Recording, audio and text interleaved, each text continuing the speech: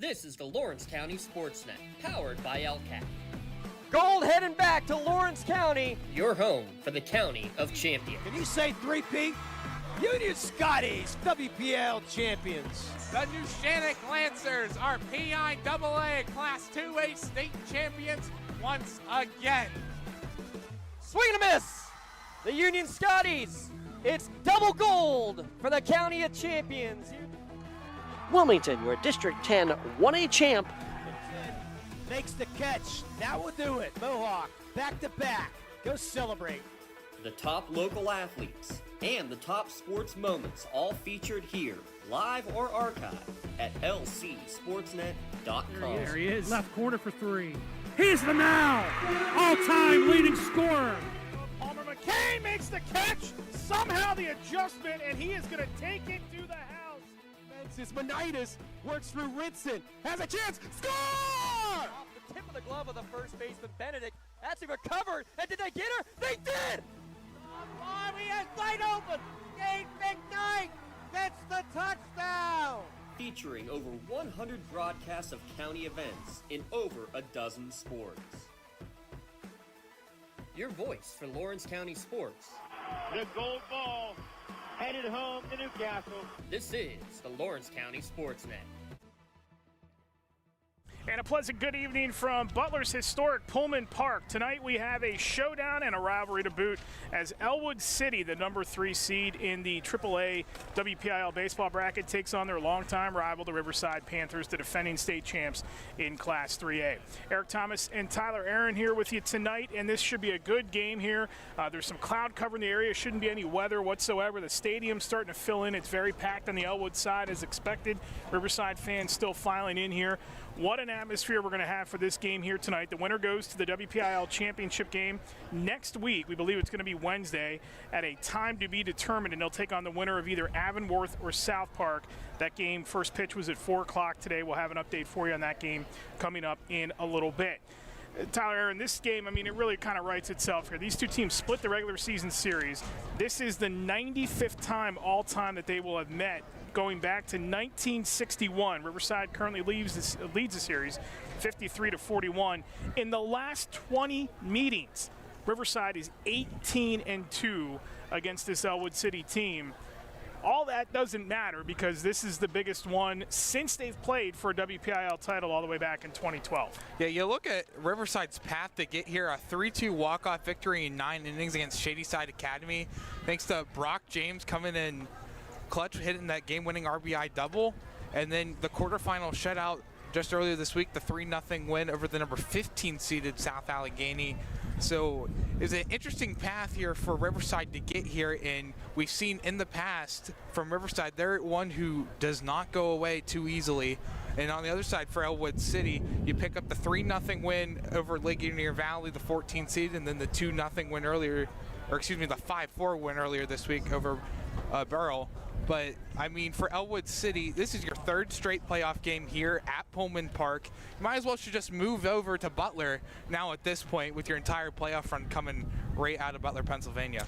These two teams, they met earlier this season, and they split the regular season series. In the first game, it was Aaron Lake who handcuffed Riverside, held them to 2 of 18 in the contest. Dylan Meyer and Jackson Barber, the only two guys that had hits in that game. Then they flipped ends. The two aces this year, Matt Santillo and Aaron Lake, did not face each other in those 2 games.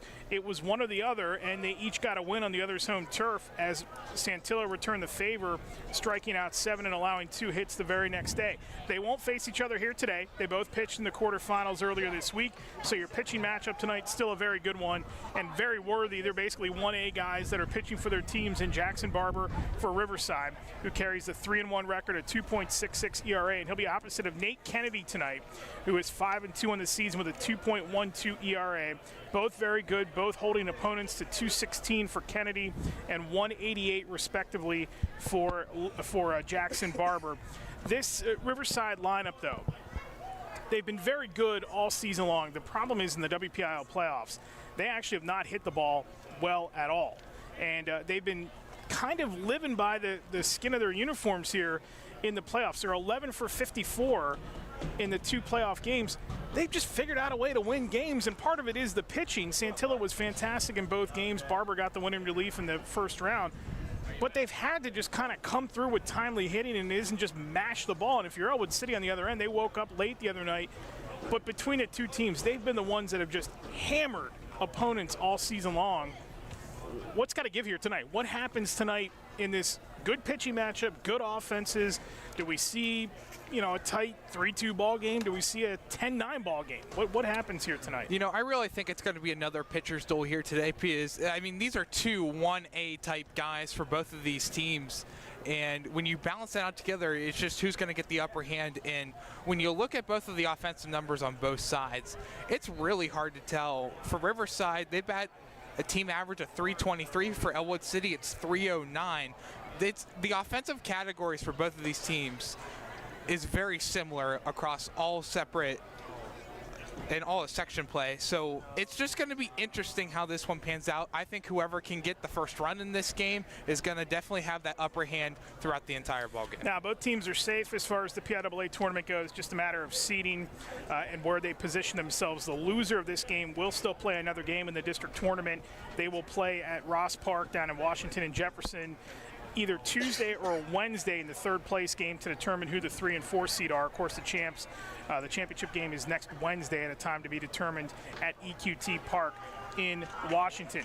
Let's step aside for a timeout. When we come back, we will get it on. It's a rivalry. It's 2 teams separated by 3 miles. They come to Pullman Park here tonight to settle the score in the regular season and playoffs, and the winner goes on to the WPIAL title game. You're listening to the Lawrence County Sports Network, powered by LCAP. Hey, Mom, do you need a ride to the store today?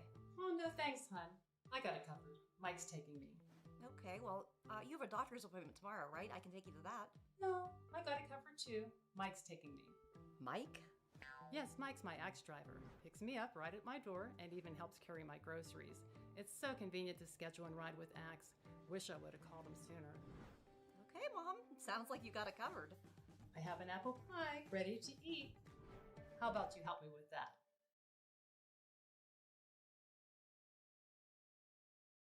Castle Asphalt and Construction is driven to provide quality, cost-efficient pavement-related services to Western Pennsylvania.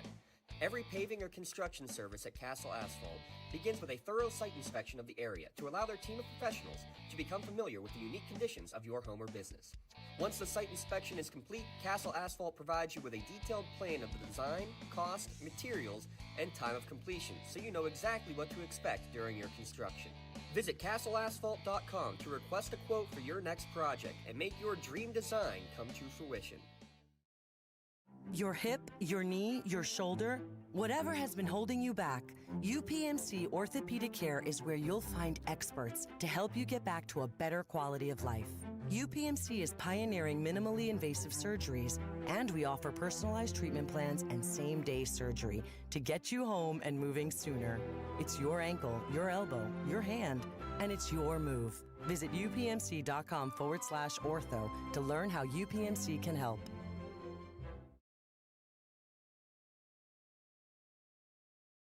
Tired of gasoline costs? Why drive? Let the Newcastle Transit Authority take you where you want to go. Serving the city of Newcastle and stops throughout Lawrence County, as well as weekday service to Pittsburgh. Public transportation just makes sense. Why drive when you can relax and ride? For more information or for route schedules, log on to newcastletransit.org. The Newcastle Transit Authority, going your way. And remember, senior citizens ride free.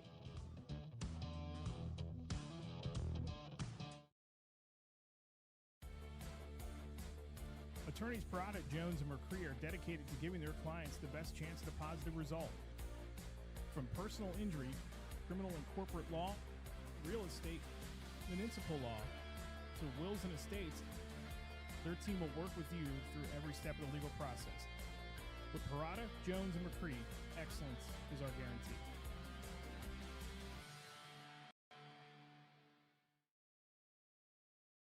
Tonight, someone is cold, hungry, and forgotten. At City Rescue Mission, we're more than a shelter.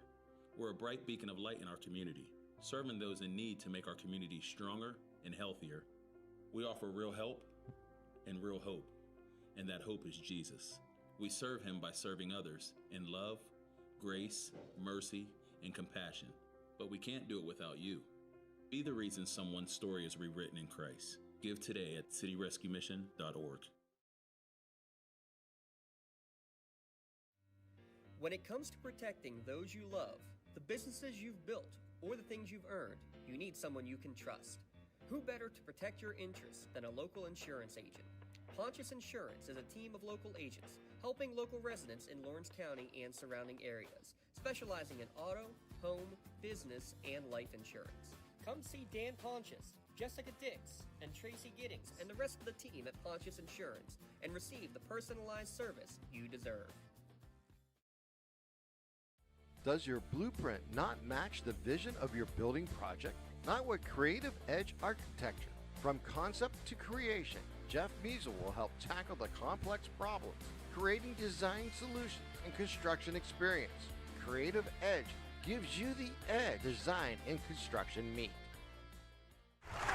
Back here at Pullman Park, Eric Thomas, Tyler Aaron with you as we're about set to go in the WPIAL 3A semifinals between Riverside and Ellwood City. The lineups look like this. For Riverside, they will bat first. They will be the away team in this contest because Ellwood City is the higher seed between the two. It'll be Jackson Barber to lead things off. He will get the start on the bump tonight. Landon Young bats second, playing third base. Dylan Meyer, the shortstop, in his customary number 3 spot. Matt Santilla will bat cleanup and hit fourth. Alex Wise, the catcher, and Cole Vogel will swap positions in the lineup tonight. So Wise will bat fifth, Vogel will bat sixth. Chase Boehm in right field in the 7th spot. McCartney Plasmeyer in 8th, and Brock James, the DH, will bat 9th. It is a gorgeous night for baseball here. It was a little sloppy early in the day as a lot of rain moved through the Pittsburgh region, but it is perfect weather for baseball. This might be the best weather we get all Memorial Day weekend here coming up. 54 degrees at first pitch. There is a possibility for some rain at some point tonight, but we don't expect it to be really super significant. Actually, the temperature is 63 here at first pitch. Under partly cloudy skies, it'll stay in the high 50s for the remainder of the night. And again, the winner will go to the WPIAL championship game. If it's Riverside, it'll be the 4th consecutive year that they will make the title game. They, of course, are the defending state champs in AAA. And getting the start on the hill tonight, of course, we mentioned it's Kennedy. Kennedy, 13-5 career record with a 3.36 lifetime ERA, and opposing batters have hit .232 against him in his career. Against Ellwood City, or against Riverside this year, he did allow 5 hits and an earned run. He struck out 7, but he lost that game 1-0. And then last year against Riverside, he lost 5-0, went 4 1/3, 2 hits and 3 strikeouts. So he has not had a ton of success in terms of run support and also going lengthy times in these games. This Riverside lineup can be tricky, and they are tough to get out here tonight. We'll see which of these two pitchers has his A game here at Pullman Park. The sun is still out. Again, it is partly cloudy. The home plate area is shaded, but the rest of the field right now is under sun cover, so that will go away. The shadows might start to play a little bit of a factor as they creep in here. The wind, it's dead still right now. It was blowing from right field to left field. And this is, of course, a former minor league park, home of the Indians, Tigers, Yankees, and Pirates at one time. So it does have major league dimensions, 425 to dead center, 347 down the left field line, and the porch and right is 325. We're about set to go, and leading it off for Riverside is Jackson Barber. Jackson Barber. And he has been one of the hottest players on either side, although struck out 3 times in Tuesday's quarterfinal win against South Allegheny. Let's see if he can get back on track. But did have a triple and a single. First pitch is in there for a ball. Time of the start here, 6:04 p.m. Kennedy deals on 1-0, and that one gets that inside corner for strike one. It's 1-1 to the leadoff man, Barber.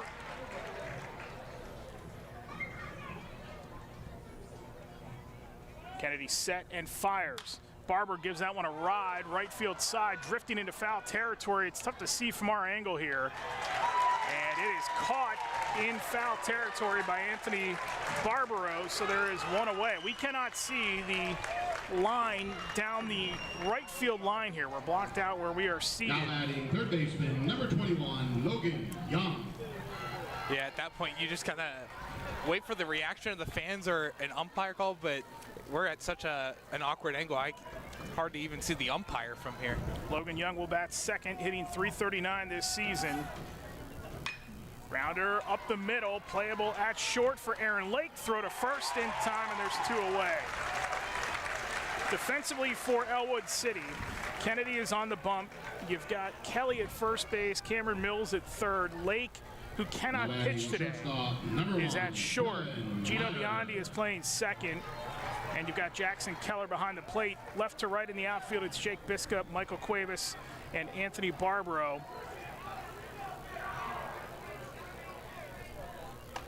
And we do know, as the first pitch of the at-bat to the number 3 hitter, Dylan Young, is a strike. We do know who the winner will face in the championship game. More on that after this pitch as Kennedy gets set on 0-1. And that one is fouled into the backstop. It's 0-2 to Dylan Meyer. They will face South Park. South Park has defeated Avonworth in the other semifinal by a final of 5-2. So it's South Park awaiting the winner. The number 1 seed goes to the consolation round. And the winner of this game will play South Park Wednesday afternoon at EQT Park in Washington. 0-2 to Meyer. Kennedy looking to make quick work of the Riverside order here. Grounder to third. That is going to get through for a base hit and sail into left field. Meyer rounds first. He heads to second. Little hesitation on the throw. And Dylan Meyer keeps the inning alive with a double with 2 gone. Barely stayed down in fair territory, just a couple inches to land it past that third base bag down the left field line, and just too fast of a hopper for Mills to get to it. That's just a great placement of a hit for Meyer. Put someone in scoring position for Santillo. Meyer, who jumped from 7th to 3rd in the order this season, said he's seen a lot more off-speed pitches. And he bounced that one just over the third base bag. Now it's Santillo. Santillo looks at ball 1. Santillo spectacular on the mound in the 2 WPIAL playoff games. 13 1/3 innings, 8 hits, 2 runs, 4 walks, 17 strikeouts. And he's got a hit in 11 of the last 13 games played. He has squared the count here at 1-1.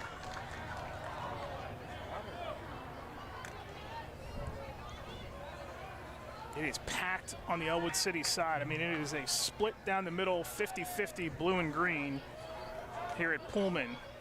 Santillo watches ball 2. It's 2-1 to the cleanup hitter for Riverside, trying to keep the inning alive with Meyer on second base. Meyer takes a short lead off the bag. Kennedy takes a peek at him. The righty fires. Santillo watches strike 2, and it's 2-2.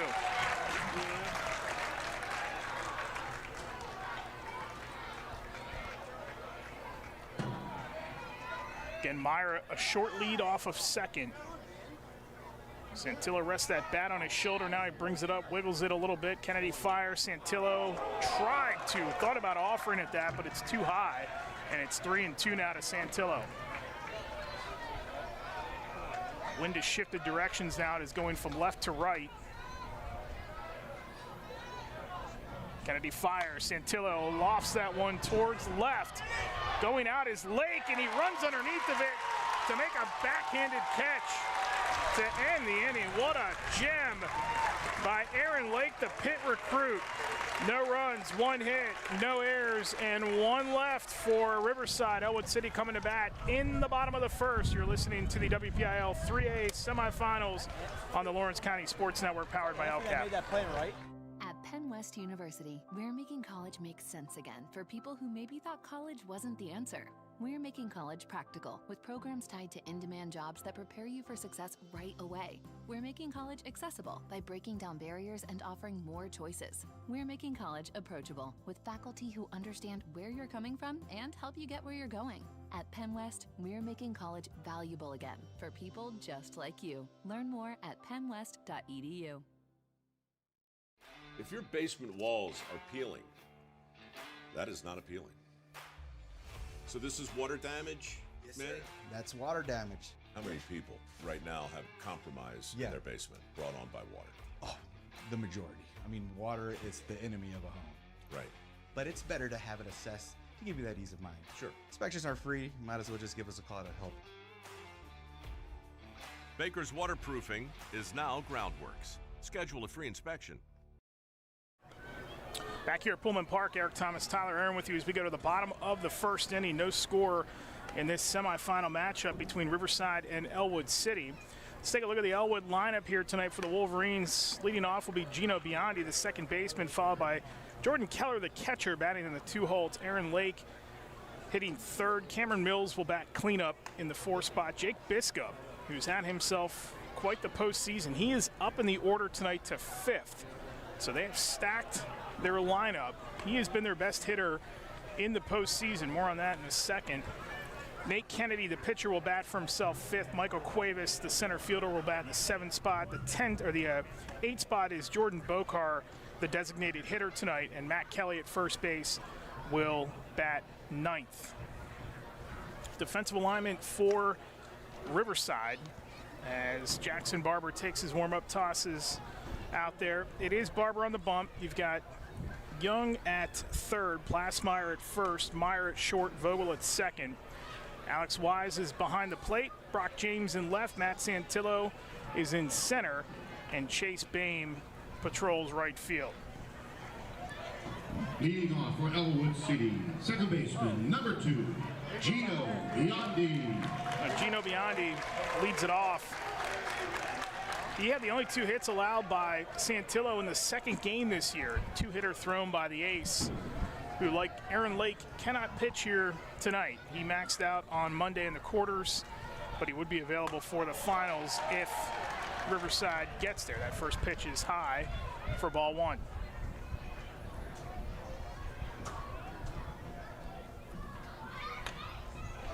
Second pitch is in there for strike 1 to even the count at 1-1. Ellwood City is going after a 6th WPIAL championship. Outside, misses for ball 2. It's 2-1. First round, they defeated Ligonier Valley 3-0. And it was the bottom of the order that went 6 for 7. Lake was great. Quarterfinals, bottom of the order once again. More on that in a second. That one hit foul out of play. And it's 2-2 now to the leadoff man, Gino Biondi. The bottom of the order in the quarterfinals against Burrell, Biskup and Keller combined for 5 hits. Biskup had 2 RBI. Those 2 are up in the order. Keller batting second and Biskup batting 5th. So Chris Wise shifting his lineup around a little bit tonight to put more power towards the top. It's 3-2 now to the leadoff man, Biondi.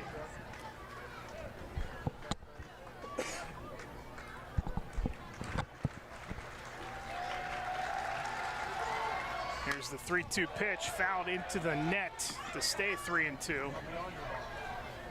Outfield at normal depth for Biondi.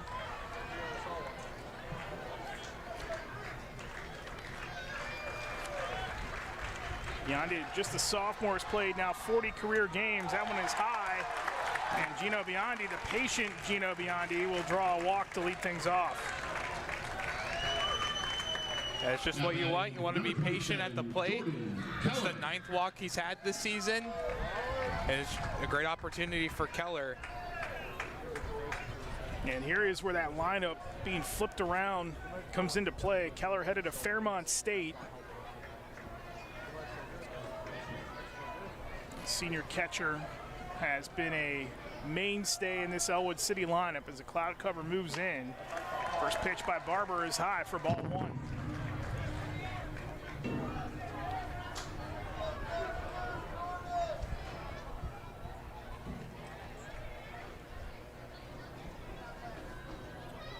Barber set the 1-0 high, ball 2. Little lead there by Biondi at first. It's been since 2012 that Ellwood City has appeared in a WPIAL final. That's the year they beat Riverside. Jackson Barber throws over to first, and back is Biondi. It just feels like a big game. It feels like it's a district final. It feels like that 2012 game. Runner goes, swing and a miss. The high throw to second, and sliding there safely with the swipe is Biondi. So it's going to be 2-1 to Keller with Biondi in scoring position at second base and no outs. The question becomes now, if Barber labors here, who Dan Aliastro would go to, because again, Matt Santillo is not available to pitch here tonight. Logan Young might be next in the order as Barber deals, swing and a miss for strike two. Big cut that time by Keller. It's 2-2.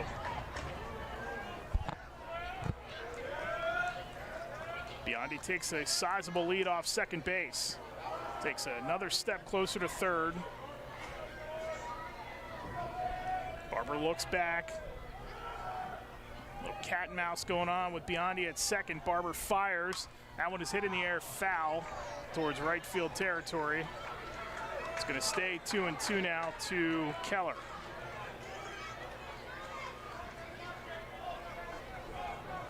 After Keller, it's the dangerous Aaron Lake. And then if anybody keeps it alive or keeps going, Cameron Mills bats cleanup. Barber looks back at second. Biondi another lead. Barber set at the letters. Now he's going to step off.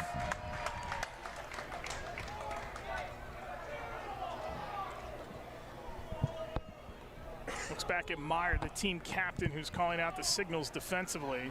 Biondi with that sizable lead again. Barber looks back once again. Barber comes set at the letters, fires on 2-2, low and outside, ball three. It's 3-2 now to Keller.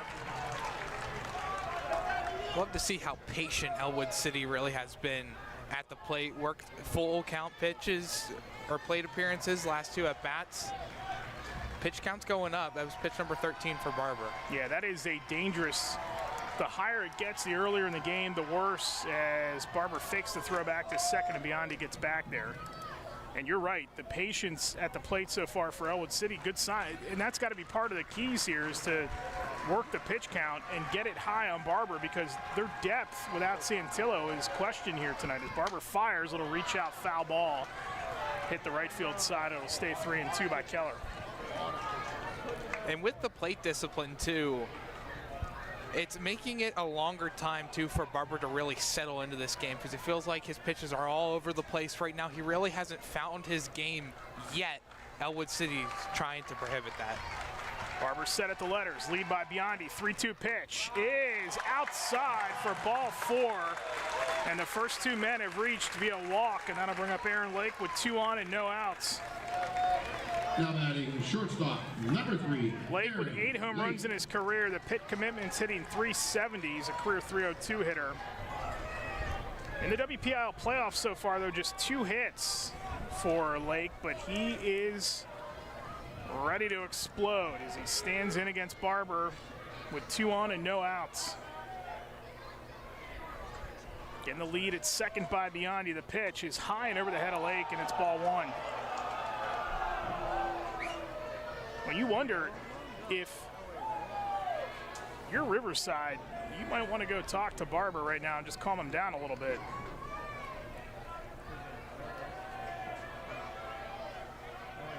Lake stands in, righty against righty. Barber deals, that one is fouled away, and we'll go over the roof here.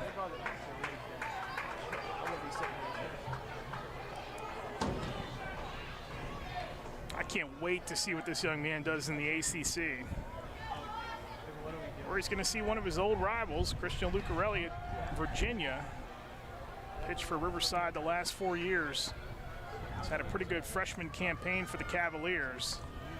The 1-1 offering to Lake. Off speed, good pitch by Barber for strike number 2, and it's 1-2.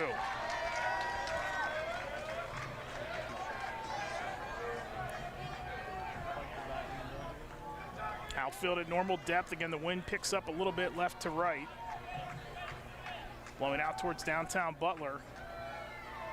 The pitch by Jackson Barber is inside but high and misses for ball 2. It's 2-2 to Lake. I think Lake thought that was strike 3. He kind of took a step back towards the Ellwood City dugout.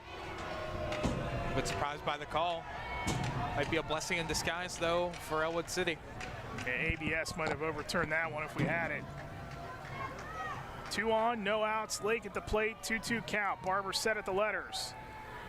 Looks in, fires, and that one is chopped right back to Barber, and they get a much-needed out. The runners do advance, but they get Lake off the base paths with 1 away. And then I'll bring up Cameron Mills. Now batting third baseman, number 8, Cameron Mills. Cameron Mills, a sophomore. Figures to be next in line pitching-wise for this team. He's also a pitcher to go along with his duties at third base.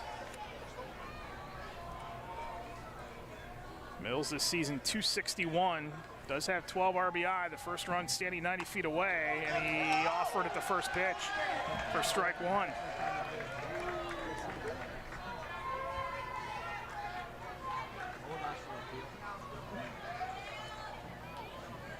Outfield normal depth again.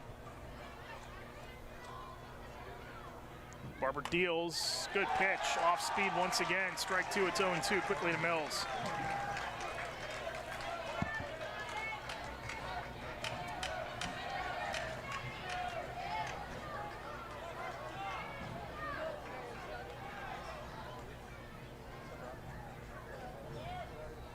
Barber set, fires. That one is clubbed to left, and it's gonna just get foul.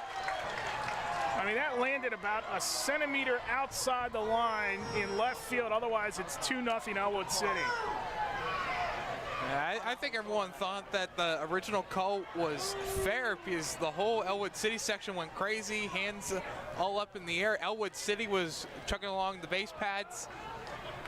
Had to be a second and a third straight foul call for it to actually be called foul. Can't get any closer than that. Quick conversation by Wise and Barber.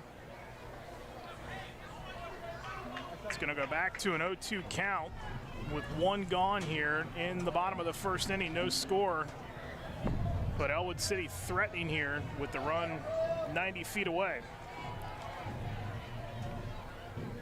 Barber looks in, the kick, the pitch, low, and misses for ball 1. It's 1-2 to Mills.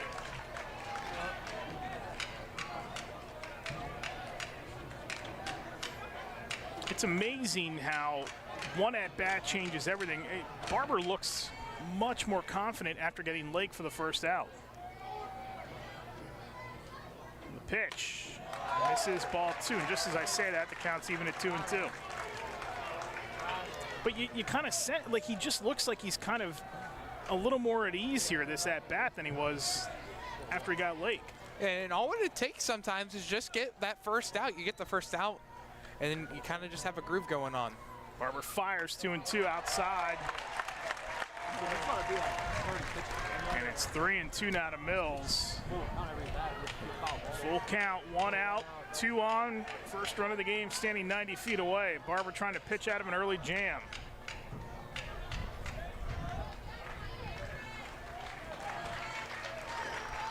Barber looks in, gets the sign, fires away on 3-2, and it's going to skip past. They're going to say he offered at it, and it's going to be a swinging strike 3, throw down to first to get him. That actually keeps the run at third, and there's 2 outs. I wonder why Biondi didn't come home on that, because the backstop here at Pullman Park is a little bit sufficient. It's about 15 feet. I'd say to the back of the backstop to where the plate is. Definitely could have scored on that because he was about a 1/5 of the way home where Biondi was at from the leadoff. Interesting. Yeah, that went to the backstop. Late call on the strike 3. First pitch to Biskup is outside for ball 1. Jake Biskup played for the USA 18U club in Latin America last summer, was the leadoff guy for a team that featured 9 Division I players, hit 400 in that showcase. He had to try out and go against at least 5,000 other players across the country who tried to qualify for that team. And we are going to get a conversation here with Dan Aliastro and Barber with 2 gone here.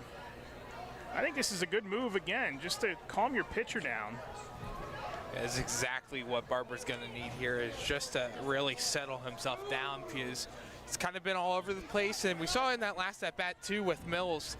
He settled in really good. It was a 1-2 count and then worked back to a 3-2 count. I mean, 3 of the 4 batters Ellwood City's had has reached a full count. 28 pitches for Barber already. Got to slow down your pace here at some point if you're Barber, if you want to continue the longevity into the game. Yeah, that's a dangerous, dangerous number in 1 inning here. 28 pitches. Ali Astro connects with them. Remember, they do extend pitchers to 105 for the playoffs. Barber has not thrown since that first-round game.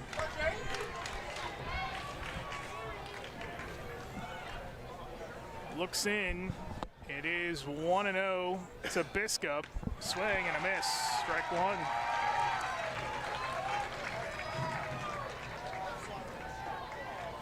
And if Barber gets out of this jam with 2 on, he got Lake, he got Mills, and he's trying to get Biskup, who again is up in the order tonight. Pitch, grounded foul right into the Ellwood City dugout. It's 1-2 now to Biskup. If he keeps the inning alive, Nate Kennedy will bat next. Base hit anywhere in the outfield.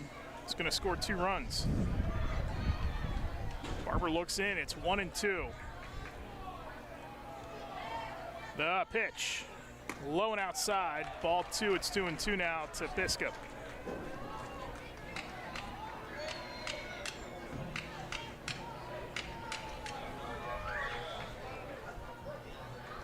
"31st pitch upcoming for Barber in this inning.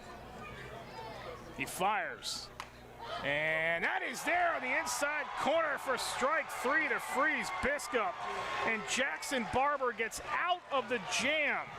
No runs, no hits, no errors. Ellwood strands 2. We've played 1.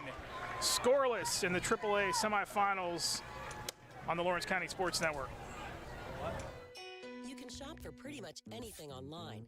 Clothes, food, vacations, you name it, all without ever leaving the comfort of your couch. Finally, banking can be just that easy too. With the all-new FMB e-store, you can shop for hundreds of financial products to manage your money, all from the comfort of your couch. From clicks to bricks, we've got you covered. Experience the FMB e-store in branch, on your phone, or online at fmb-online.com. You're always on the winning team with the Power of Bowser, the official car dealer of the WPIAL. Visit powerofbowser.com 24 hours a day, 7 days a week to find your perfect vehicle. Get the absolute best price and the best car buying experience around. See the full lineup at powerofbowser.com. Powerofbowser.com, where the power of Bowser is yours. Hey, Mom, do you need a ride to the store today? Oh, no thanks, hon. I got it covered. Mike's taking me. Okay, well, you have a doctor's appointment tomorrow, right? I can take you to that. No, I got it covered too. Mike's taking me. Mike? Yes, Mike's my Axe driver. Picks me up right at my door and even helps carry my groceries. It's so convenient to schedule and ride with Axe. Wish I would have called him sooner. Okay, Mom. Sounds like you got it covered. I have an apple pie ready to eat. How about you help me with that? Back here at Pullman Park in Butler, Eric Thomas, Tyler Aaron with you as we are scoreless through 1. And man, Jackson Barber providing some early excitement as he pitched out of a jam in which he had 2 on in the bottom of the first inning. But his pitch count, you mentioned it a couple times, his pitch count after that half inning at 32. And the question then becomes, if he gets extended, now there's a long way to go yet, obviously, but if he gets extended, who next? And we think it might be Logan Young, but we're not 100% sure. There's no Matt Santillo tonight, so we'll see what happens. Now, Barber hasn't pitched against since that first-round matchup with Shadyside.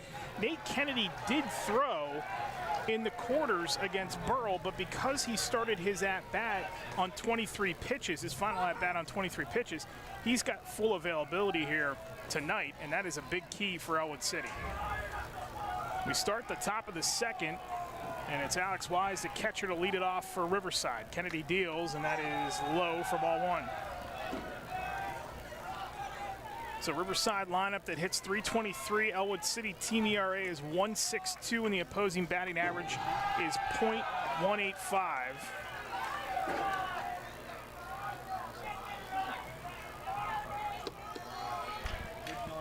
It's a 2-0 count. Kennedy deals, and that's there on the outside corner for strike one.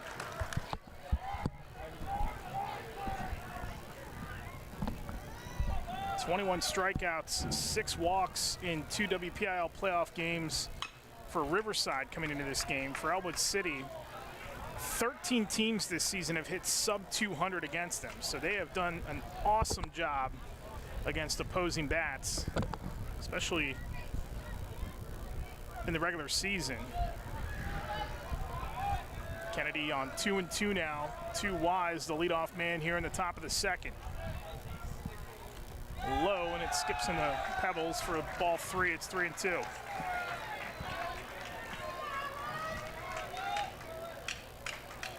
Outfield playing normal depth here against Wise. Kennedy kicks and fires. Little reach out foul tip to keep it alive at 3-2 for Wise, and we'll do it again.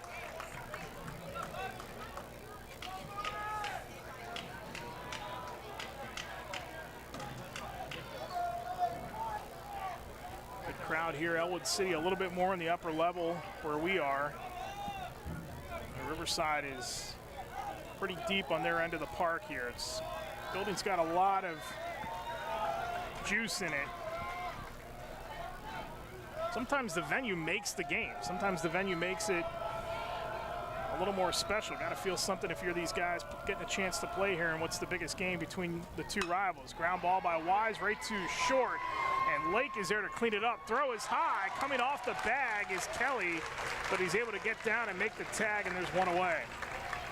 That's just great precision there for Kelly.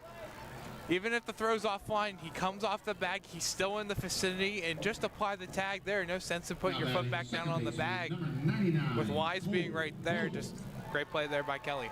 Cole Vogel will stand in now, hitting .319. Second baseman with Bame on deck. One gone here in the top of the second inning.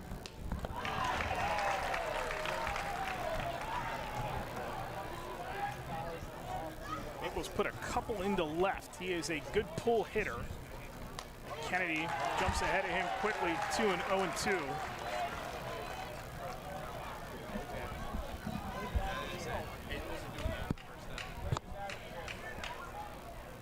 Kennedy set at the letters. Kicks and fires on 0-2. Swing and a miss by Vogel. He got him. Quickly 2 away. First strikeout for Nate Kennedy here tonight. That'll bring up Chase Beam, or Chase Beam, to keep it alive. Chase Beam. Beam, who's played pretty good defense in the postseason, hitting .308 this season. Kennedy fires. That's grounded up the middle. Sliding stop by Lake. Throw over to first. And it's a 1-2-3 inning defensively. And for Kennedy, no runs, no hits, no errors, nobody reached. To the bottom of the second we go, scoreless on the Lawrence County Sports Network, powered by LCAP. For 20 years, Melee Chiropractic has treated athletes of all ages to help them get safely back to the top of their game. Melee Chiropractic has 3 full-time doctors in their office, and all 3 are former area athletes who have had to battle injuries throughout their careers. They want to help you get safely back on your feet. But more importantly, help stop the injuries before they happen. Prehab before you rehab. Attention all high school student athletes. During your sports season, a $30 visit to the Melee Chiropractic office includes an adjustment and/or all therapy is necessary. From the athletes of tomorrow to the weekend warriors and everything in between. Let Melee Chiropractic keep you in the game. Does your blueprint not match the vision of your building project? Not with Creative Edge Architecture. From concept to creation, Jeff Measle will help tackle the complex problems, creating design solutions and construction experience. Creative Edge gives you the edge design and construction meet. Here at Pullman Park, bottom of the second we go. We are scoreless between Ellwood City and Riverside in this AAA WPIAL baseball semifinal. For Ellwood here in the home half of the second inning, Nate Kennedy, Michael Cuevas, and Jordan Bokar, the DH, will bat. Let's see how Barber comes back after pitching out of that jam in the bottom of the first inning.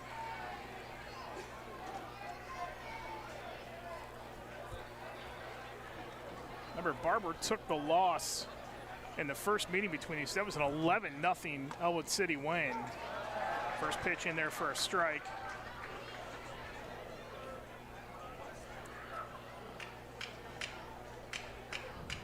Barber quickly back to work, and that one is high in the zone for ball one.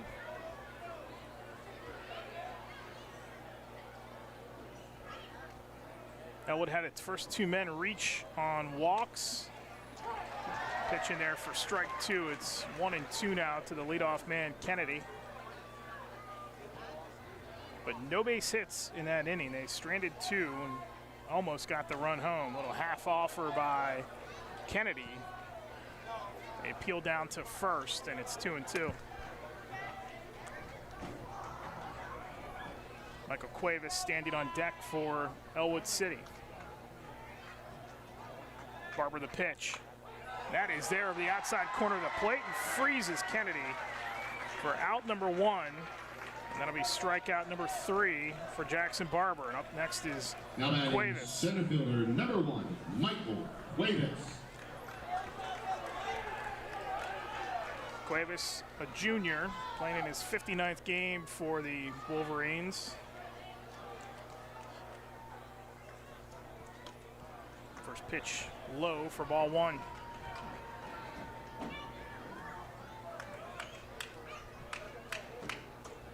Barber again quickly to work. Comes back to get strike one to even the count at 1-1.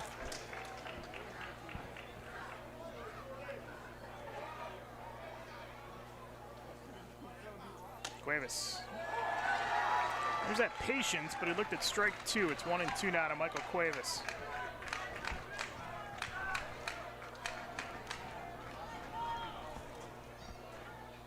Barber set. Fires away. Cuevas swing and a miss. Strike 3. Fourth strikeout for Barber. He's retired 4 in a row by strikeout. That'll leave it up to Jordan Bokar, the DH here in the bottom of the second. This is the pitcher that Riverside wanted. Just took a little bit for Barber to settle in, but that 4 straight strikeouts, perfect from your 1A guy. First pitch high for ball one. It's 1-0 to Bokar. And outfield really hasn't moved here. Bokar, that's high. Barber trying to throw a little bit of zip behind that one.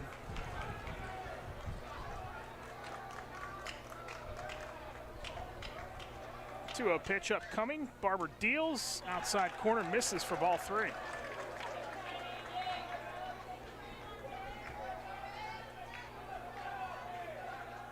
The 3-0 by Barber. Locates that one for strike 1.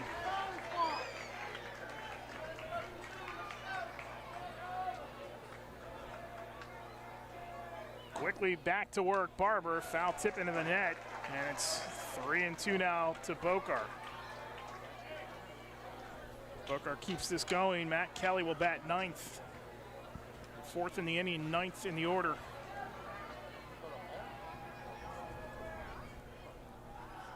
Barber, a big sigh, fires away. Pop up, first base side. Kelly is over there giving chase towards the bullpen.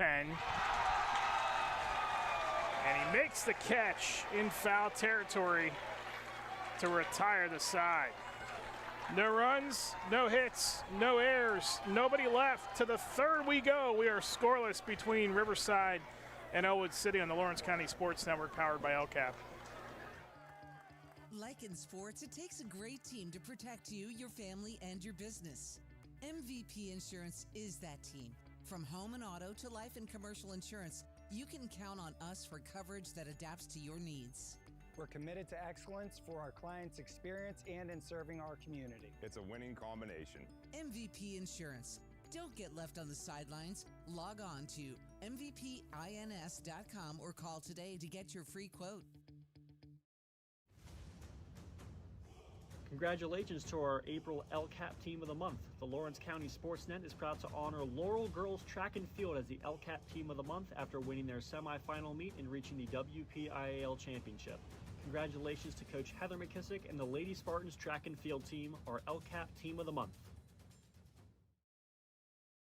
GEM building contractors and developers have a proven record of performance on any size project. They bring value, local craftsmanship, expert management to meet any challenge. From design construction, from inspection to budget estimation, GEM Builder has been building our community for 70 years.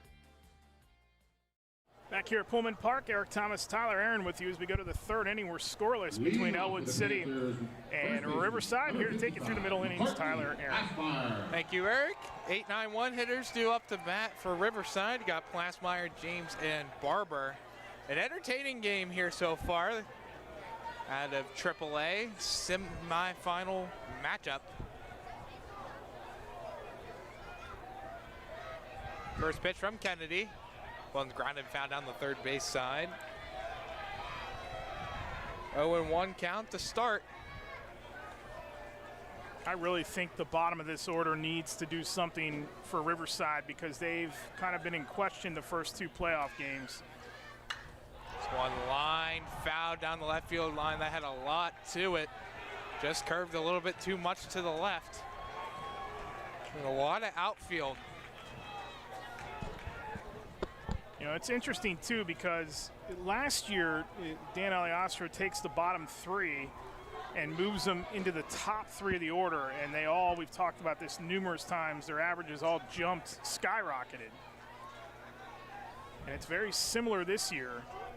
Bottom of the order, not asked to do a whole lot. They've come through at times. Ground ball to short. Lake's got it.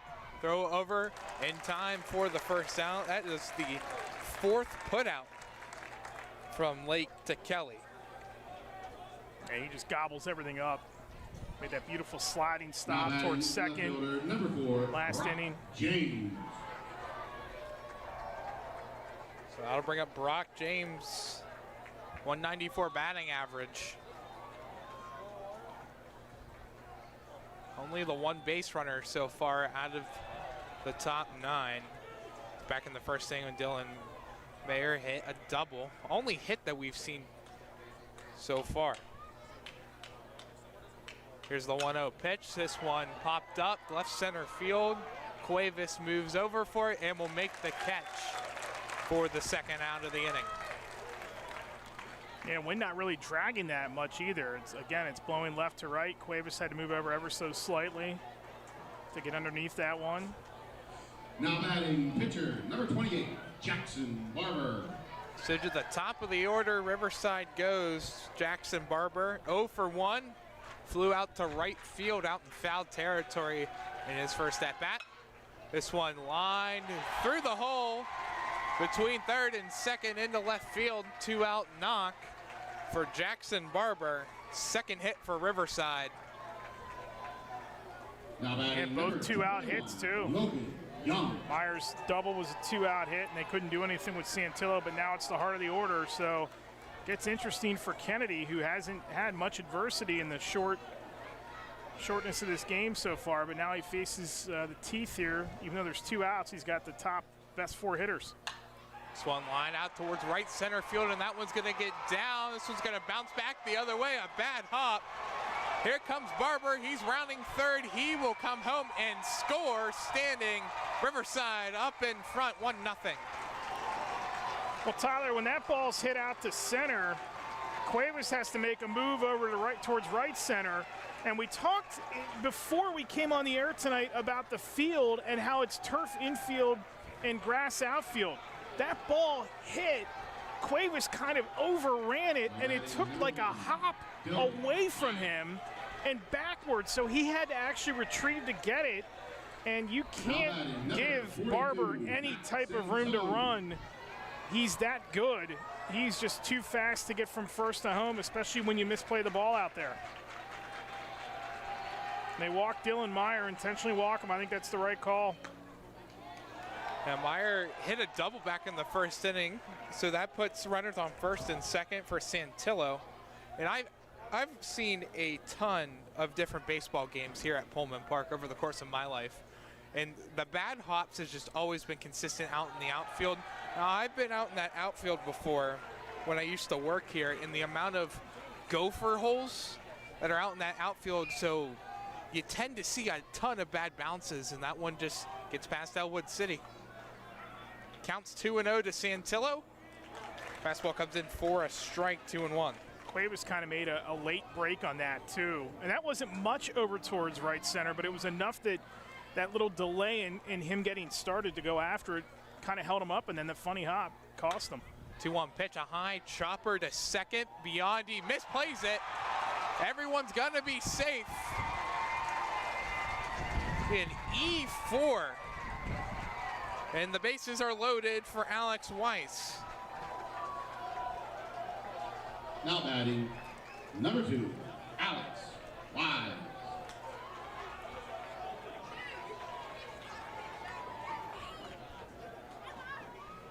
Yeah, Keller's out to talk to Kennedy here just to let him know anything on the ground, try to get home. You've got 4 bags you can go to.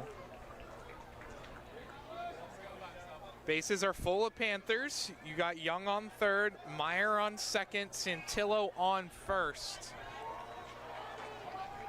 2 outs, 1-0 Riverside. Looking to extend the lead. First pitch by Kennedy. This one's lined out of play down the first base side.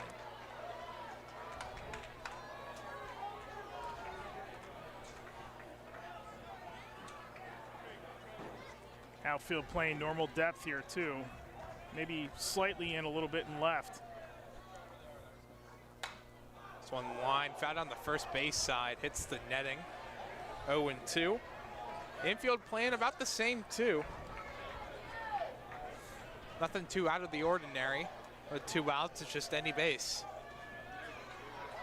It's an 0-2 count to Alex Weiss. Kennedy's 0-2, this one fouled off. Count remains true.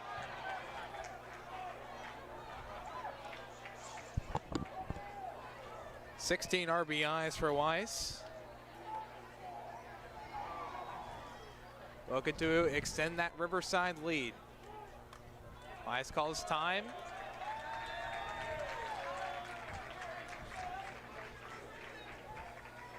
Now anything into the shallow portion of the outfield is going to be trouble.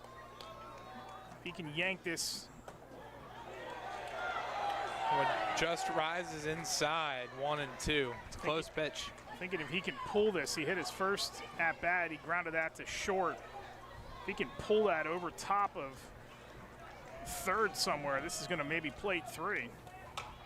Ground ball right back to Kennedy. Throw on to first in time.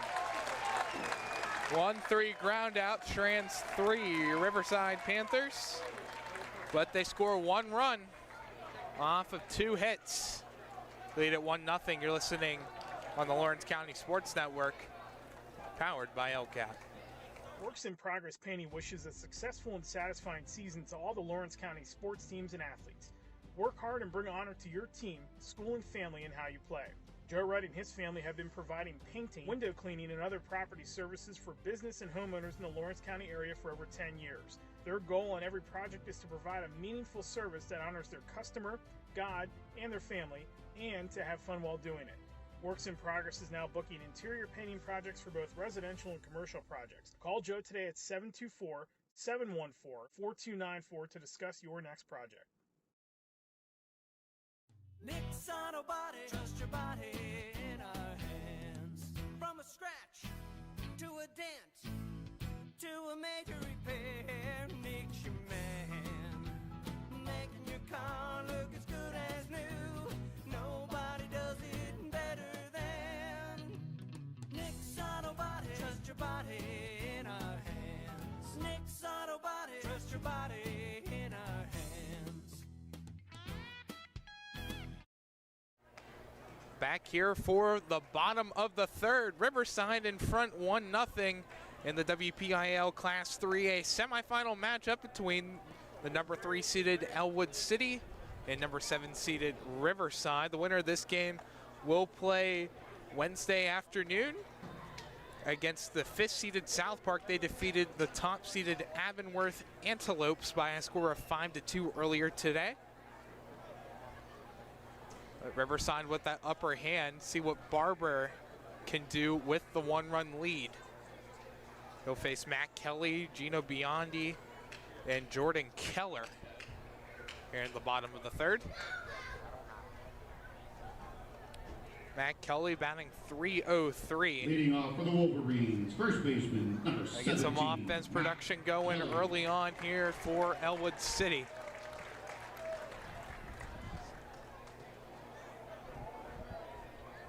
Saw him come back earlier this week, back on Tuesday against Burrell. And the shutout 3-0 victory over Ligonier Valley in round 1. Kelly takes the first pitch for a strike. It's the 0-1 from Barber. This one fouled back.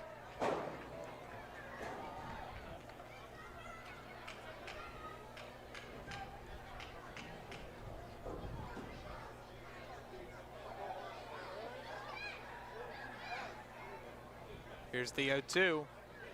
Outside, 1-2.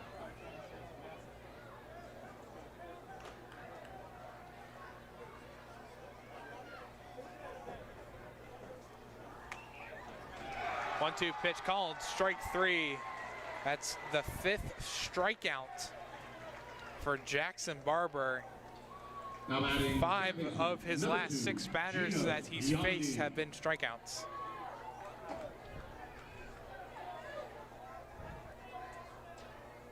That brings up top of the order. Gino Biondi walked back in his first plate appearance. Check swung, doesn't matter anyway. Call it a strike. It's now what, the 5th check swing we've seen here by Ellwood City in this game, at least. 0-1 pitch, off-speed pitch, in for a strike, 0-2. I think Barber is, again, looks like he's settled down somewhat. He's working quick, he's got some tempo.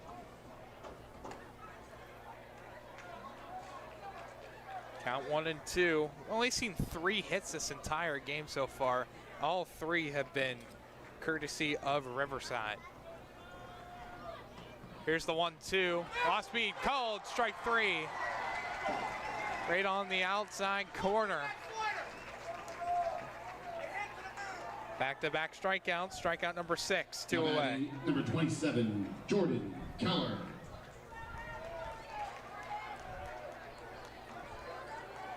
Now it's time for Jordan Keller. Walked back in his first plate appearance. First pitch off speed, in for a strike. Yeah, you said the key word, Tyler, off speed. He is handcuffing Ellwood City right now with the off speed stuff. This one runs inside, evens up the count 1-1. Definitely Barber's strength so far today is his off speed. This one pulled down right field, and that one's going to get down for a base hit, lands in front of Bain. 2 out, base hit for Jordan Keller. First hit for Ellwood City. Much what the doctor ordered. Brings up Aaron Lake. Yeah, that's what you want. It's why you mix around the lineup a little bit tonight and kind of shift some of your power towards the top of it, but you want guys who are going to get on base for this guy coming to the plate right now. Golden opportunity here once again for Lake. Remember, Barber got him to ground out the last time. And his changeups look pretty good so far. Now, Lake doesn't strike out much, so you're going to have to, he's going to make you earn it if you want to get him. 21 RBIs, too, for Lake. That's tied for the team league with Jordan Keller. He's on first. 1-0 pitch outside, ball 2. Yeah, Barber's trying to make him chase something outside, and Lake's too smart of a hitter to do that. Lake has only struck out 8 times. Yeah, that is an astronomically great number. Throw back to first, not in time. He is a special talent. The ACC is going to treat him very well the next 4 years. Yes, they are.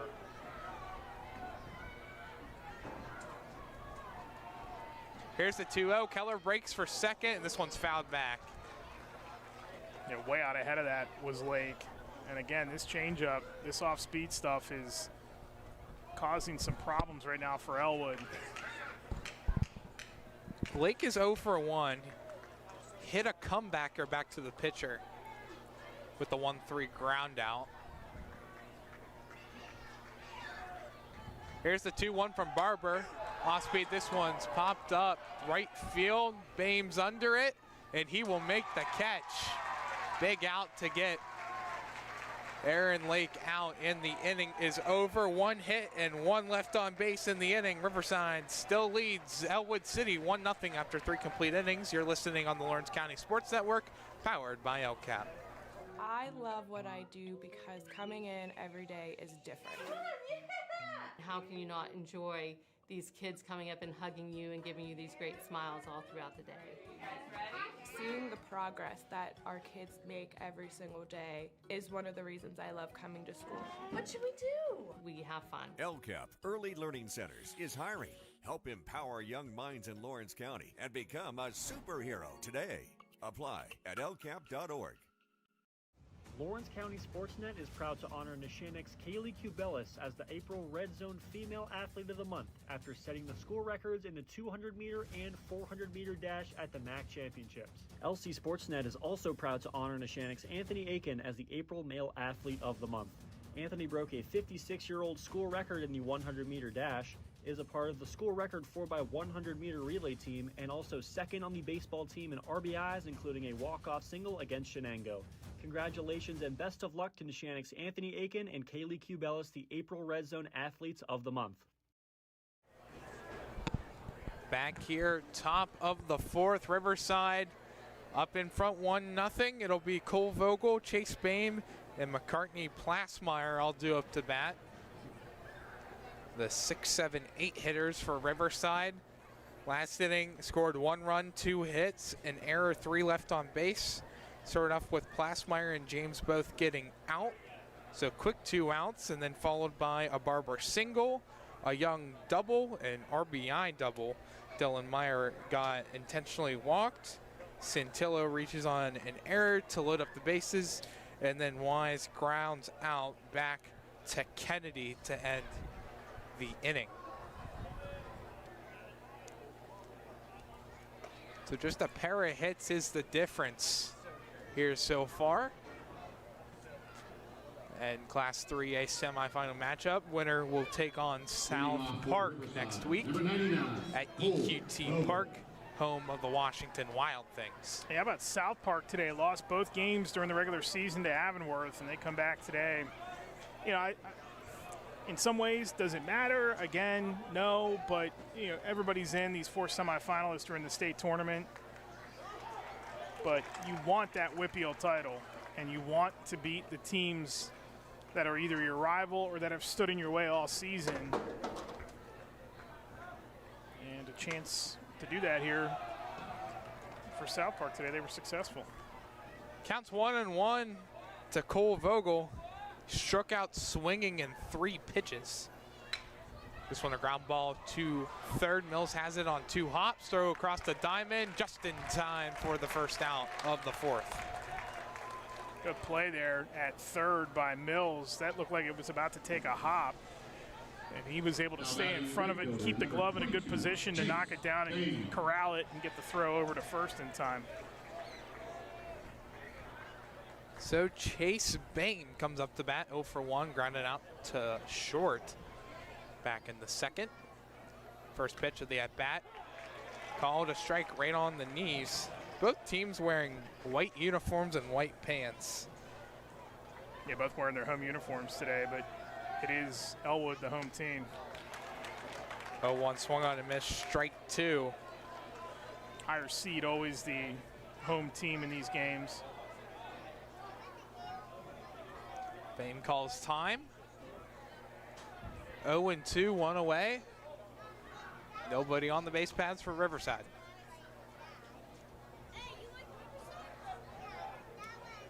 Bain batting .308. Here's the 0-2. This one's popped up, and this one's going to get out of play towards the concrete plant behind us.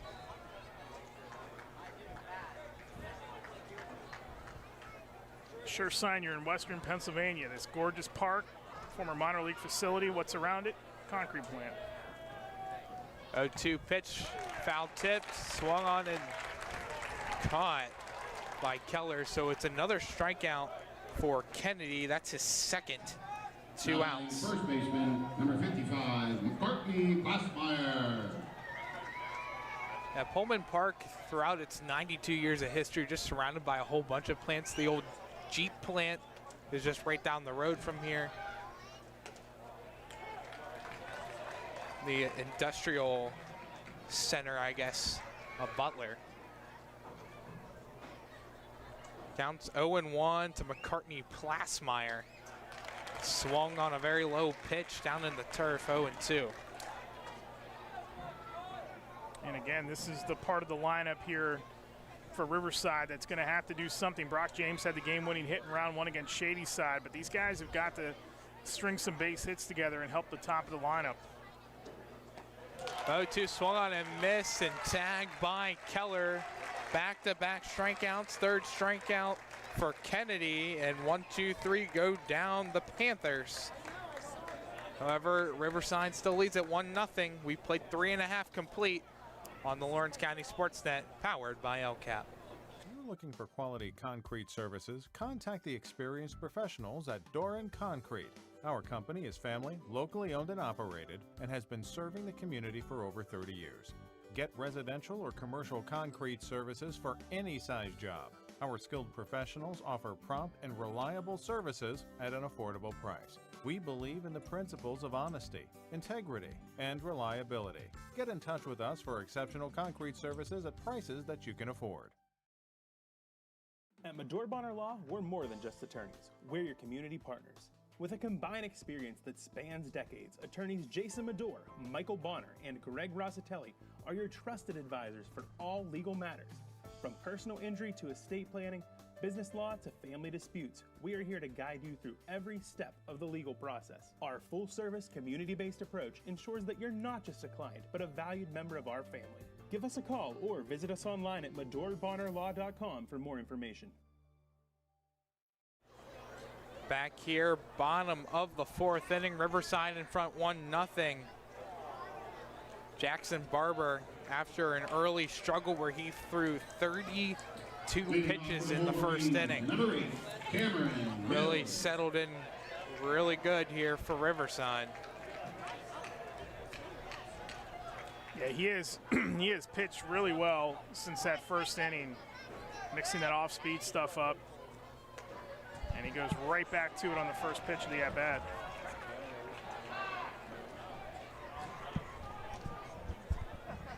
So 0-1 count to Cameron Mills. This one skips away from Wise the whole way back to the netting. It's a 1-1 count now. Mills struck out back in the first inning. That was the first strikeout. This one comes back up, and that hit his helmet. The fastball right to the head of Mills and clips the helmet.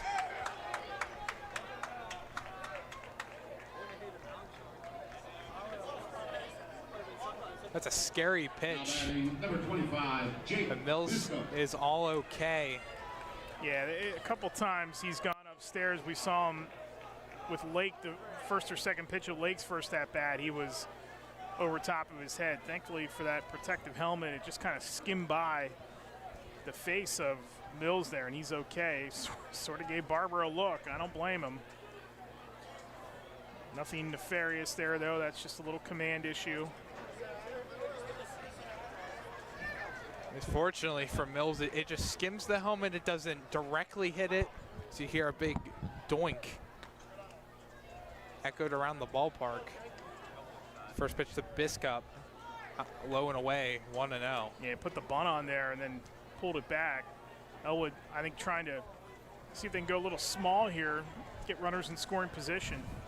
And you got Young playing up. over at third base. Everyone else seems to be where they're supposed to be. Just another throwback with another pickoff attempt and 0 for 2. Count still 1-0 to Biscup. If he shows bunt here. Showing bunt, this gets it down, back to Barber, throw to first. The sacrifice bunt works. Mills gets to second and in scoring position, sacrifice the out. Yeah, great job. You know, and that's a guy in Biscup, Tyler, who's been hitting the leather off the ball in the postseason. You're basically taking the bat out of his hand and just telling him, get the guy over. That's good unselfishness by Biscup, and great small ball called there by Chris Wise and Ellwood City. First pitch to Nate Kennedy outside for a ball. And it's common sense, too. You're down 1-0. This kid's pitching pretty well for your rival. You know, just get something going here. They're trying to manufacture opportunities for the bottom of this order, since they've kind of flipped the order around a little bit tonight and put most of the power in the top half. Really like that unselfishness by Biscup. Play the game the way it's supposed to. 1-0 off speed. It's in there for a strike. This off speed pitch that Barber has up his sleeve, working tremendously for him now. 1-1 to Kennedy. Kennedy's 0 for 1. Struck out in the second. Stepping off the mound, wanted to throw back, not going to. Yeah, they've been concerned with runners on second. This is a part of a lineup here I think Barber's got to feel pretty confident going after. Kennedy's got 13 RBIs. Here's the 1-1. Outside, 2-1.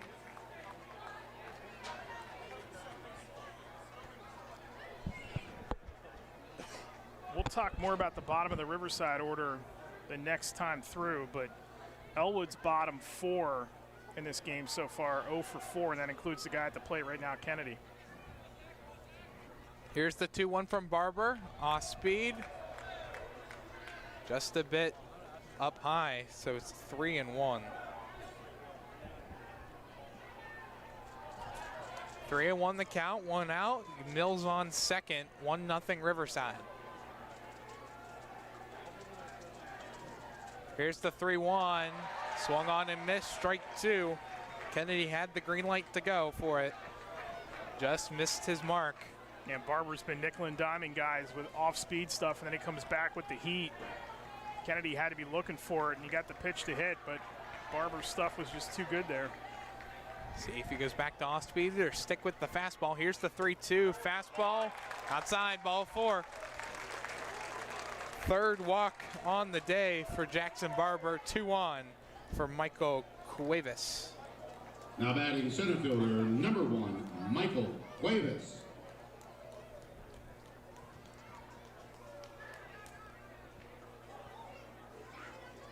We had talk with the umpires. Courtesy runner. Courtesy runner comes in.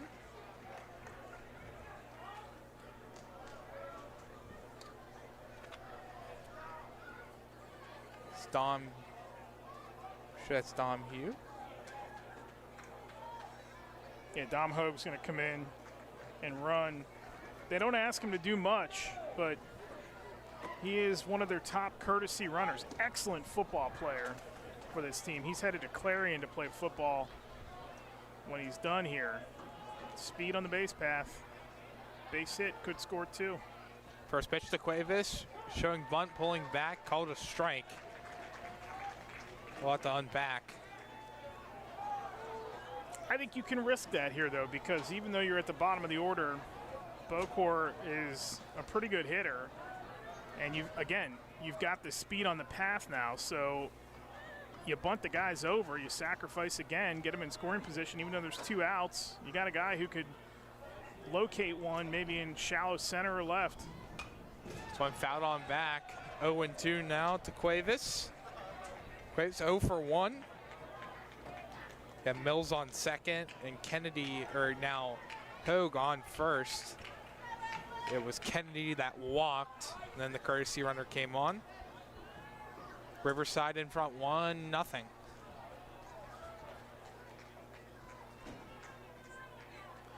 Here's the 0-2. This one comes up, and that one hit the end of the bat. It's in fair territory. Underhand toss from Barber to first, and he's out at first. Both runners advance. It was so awkward because it didn't even look like he swung.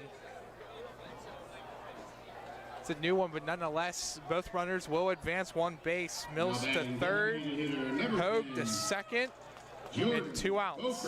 Well, it almost works in the way of a sacrifice there. I'm not sure how that hit the handle of the bat, though.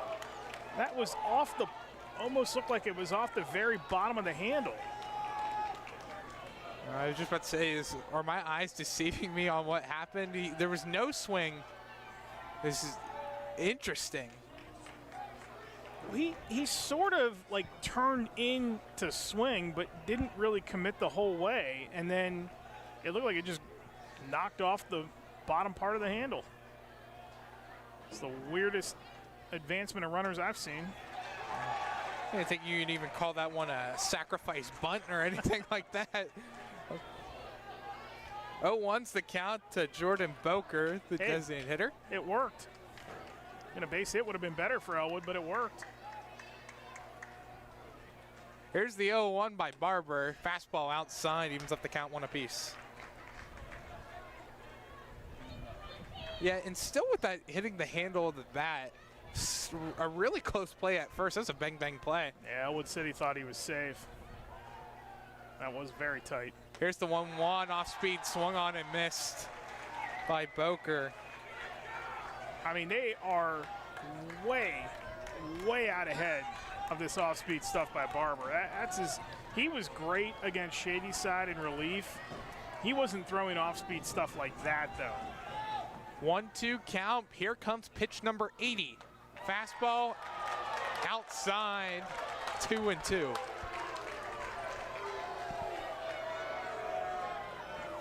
Riverside's faithful not happy with the call.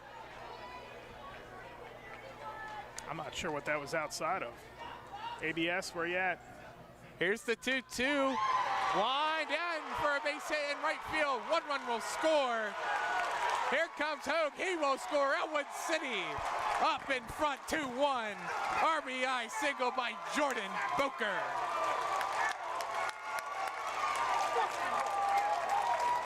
Well, again, when you put the speed on the path in Hogue, all you needed was a base hit. And I don't think that having Cuevas attempt to bunt there was the wrong call. It ends up working out because the guys get to first and second and third, and then you get that from a guy who can hit the ball pretty well. Runner goes for second, ground ball to short. Myers got it, throw on to first in time for the third out of the inning. It's Jordan Boker with a 2-run RBI single. Ellwood City in front over Riverside, 2-1 after 4 complete innings. You're listening on the Lawrence County Sports Network, powered by LCAP. Riverside 1. They are really the ones who are on the ground and know what their students need better than anyone else. They protect the fairness and rules of high school sports. They're here to look out for us. They're here to look out for what we love to do. Whether you're hosting a big party, it's family dinner night, or you just need a place to go and watch the big game, the Crane Room Grill is the place to be. Need that something special for your upcoming event? Ask about the CR Brewing Company's custom brewing options to give your big day that personalized touch that your guests will never forget. Visit craneroom.com to see their full menu, or call in your takeout order now at 724-656-1553. The Crane Room Grill and CR Brewing Company, a winning combination. At Penn West University, we're making college make sense again for people who maybe thought college wasn't the answer. We're making college practical with programs tied to in-demand jobs that prepare you for success right away. We're making college accessible by breaking down barriers and offering more choices. We're making college approachable with faculty who understand where you're coming from and help you get where you're going. At Penn West, we're making college valuable again for people just like you. Learn more at pennwest.edu. 2 runs, 1 hit, and 1 left on base for Ellwood City in the bottom of the 4th. Give themselves a 2-1 lead over Riverside. Brock James kicks things off here in the top of the 5th. And a 1-run lead for Nate Kennedy to work with.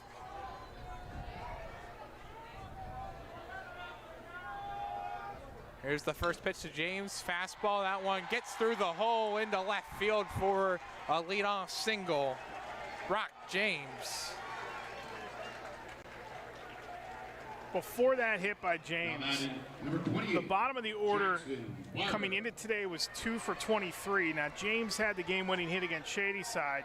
You want to factor in what they did today. They were 2 for 32 before that hit by James. They have got to get some production from the bottom of the order and get dudes on base for these top 4 hitters. 1-0 count to Jackson Barber. Barber did show bunt on that first pitch. You have Mills playing in down the third base side. Here's the 1-0, no bunt. Hefty swing and a miss by Barber, 1-1. Hey, watch the steals, Jordan. Be on your toes, kid. Here's the 1-1, fastball line to right, and that's down for a base hit. Back-to-back singles for Riverside, and 2 runners on. It's James on second and Barber on first. Well, you're going to pitch to Logan Young here. Number 21, Logan Young. But after him, it gets really interesting then, because if he gets on, you're up a run, and Dylan Meyer might be on the plate or at the plate with the bases loaded here. So you've got to get Young. You've got to try to turn a double play here and limit some damage. This is a huge at-bat for Kennedy, huge at-bat for Riverside in this game too. Showing bunt, gets it down third base side, and that one's gonna drift its way for an infield single. Bases loaded for for Dylan Meyer. What a big response for Riverside after surrendering the 2 runs. Have the opportunity to take the lead here with the base hit, and we will have a mound visit. Yeah, you can't put him anywhere, so you're going to have to pitch to Meyer. And he is a pesky dude to get out. He is as good as it gets at the plate. 6-game hitting streak to open the season. He walked twice and scored a run in the quarters over South Allegheny. You know, moving from 7 to 3 in the order, he's the team captain. And again, he said the biggest adjustment for him this season was seeing more off-speed pitches than what he normally would in the 7-hole. I don't know how you pitch to him here. This is a tough at-bat. This is probably the most crucial point of the game right now. You don't know how many more opportunities these 4 guys are going to get for Riverside, so you got to make them count if you're at the plate, and Kennedy's going to have to get crafty. First pitch up high to Meyer, 1-0. Hit the double back in the first inning, was intentionally walked in what was his last plate appearance in the 3rd inning. You pitch around him or try to, he will not swing at junk, so you got to be careful. 1-0, this one fouled on back to the backstop, 1-1. And he's not really a guy that'll go the other way a ton either, but there's a lane in left field if he can yank that over third base. Here's the 1-1 from Kennedy. Fastball right there for a strike, 1-2. Great pitch by Kennedy. He really needed that. Now I think you come back with something off speed or something outside corner and try to get him to swing at something that's uncharacteristic for him. 460 batting average for Meyer. Here's the 1-2 from Kennedy. Down low for a ball. Tried it. He tried it, and Meyer will not offer it that stuff. He's got such a good eye at the plate. James on third, Barber on second, Young at first. 2-2 count to Meyer. Here it comes, this one line, right center field, and that one's gonna get over the head Barbeo. 1-1 will score. Here comes Barber, he will score. Young comes in, scores. It's a bases clearing RBI triple by Dylan Meyer. Riverside back in front 4-2. Tyler, how good was the at-bat by Meyer? I mean, again, Kennedy does everything right there. He goes after him outside, tries to get him to swing at something on the outside corner of the plate to get him for strike 3. He won't do it. He lays off it.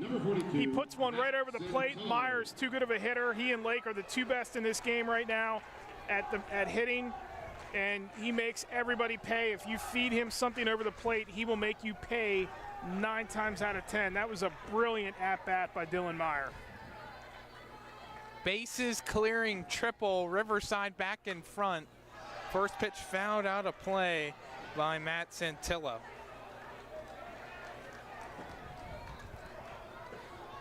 And it all starts because the bottom of the order finally gets a base hit in the game too. So how important was that at-bat by James?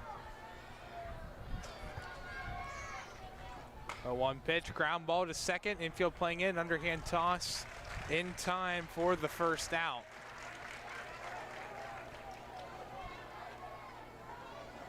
Now batting catcher, number 2, Alex Wise.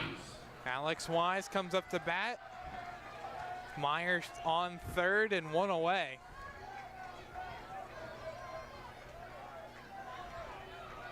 So far 3 runs have come across the score for Riverside. Lead it 4-2. First pitch to Wise down low into the turf, 1-0. Wise is 0 for 2, a pair of groundouts. Infield playing in. Here's the 1-0, breaking ball up the middle for a base hit. Meyer will score to extend the Riverside lead now to 5-2. 1 out RBI single for Alex Wise.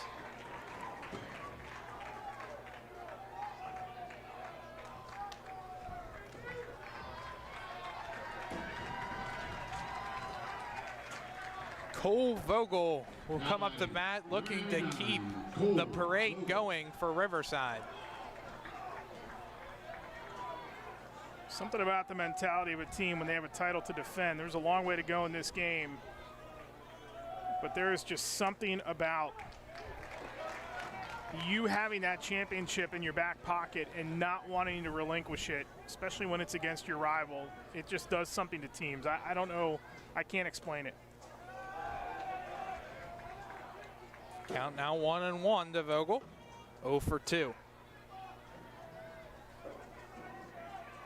We're at the part of the order now, too, where, again, Riverside would love production. They got it started with James heading out of the 9-hole. 1 pitch in for a strike, 1-2. Sun comes out bright here. Wind has decimated almost to nothing. Still moving left to right. This one's called strike 3. Vogel watches it go by. That is the 4th strikeout on the day for Kennedy. And Vogel's retired via the strikeout for the 2nd time today. And there's 2 outs.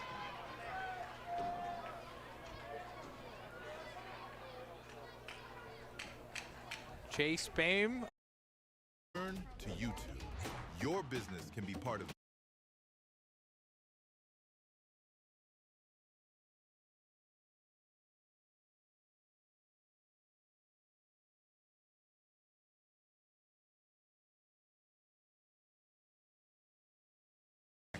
from the small screen to the big one.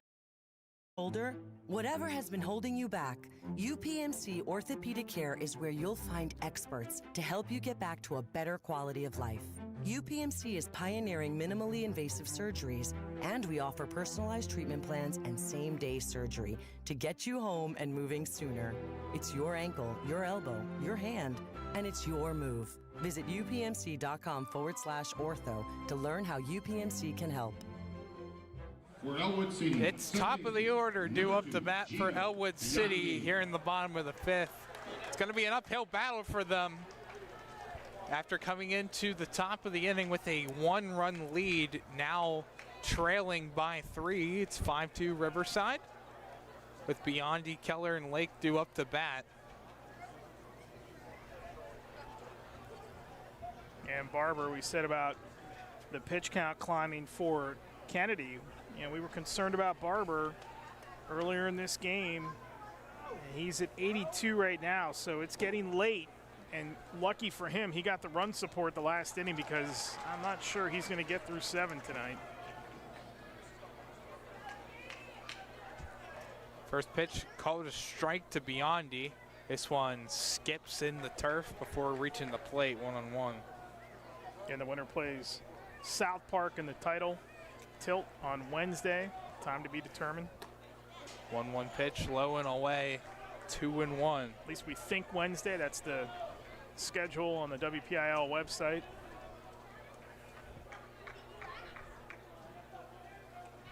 Here's the 2-1 pitch, and therefore a strike, 2-2.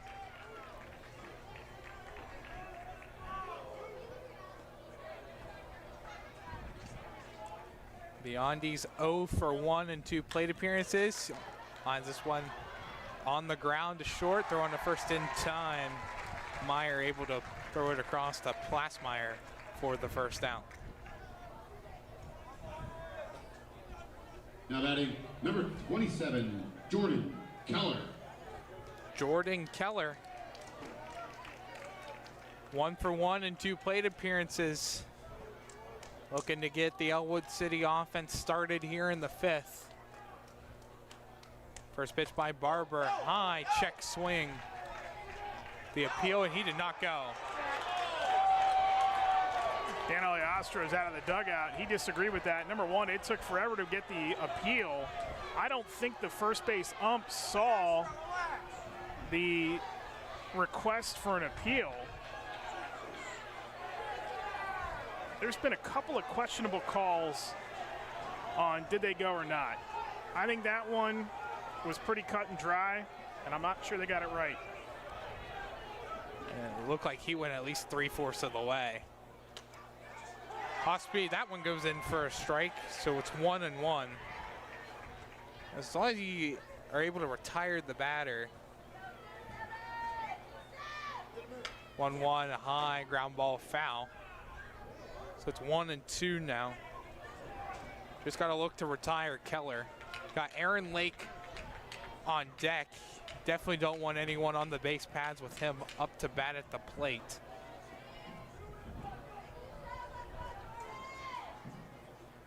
Here's the 1-2. Fastball just outside, evens up the count now 2-2.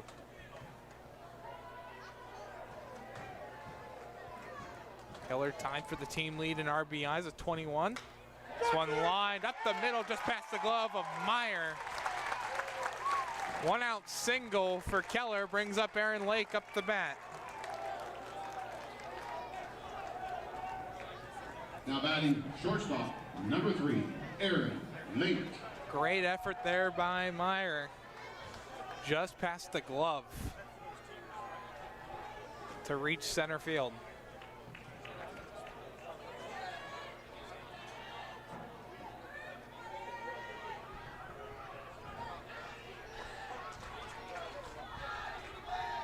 First pitch to Lake, this one's line found on the third base side. He's had problems getting ahead of the off-speed stuff by Barber. That's twice now. In the last 2 at-bats that Barber's thrown him some off-speed stuff, and Lake has just not had the timing down right. He wants one right over the plate, fastball. Looking at that 385, 425 sign out. This one on ground ball to short. Myers got it. He'll take the second base bag himself, throwing to first. A double play to end the 5th.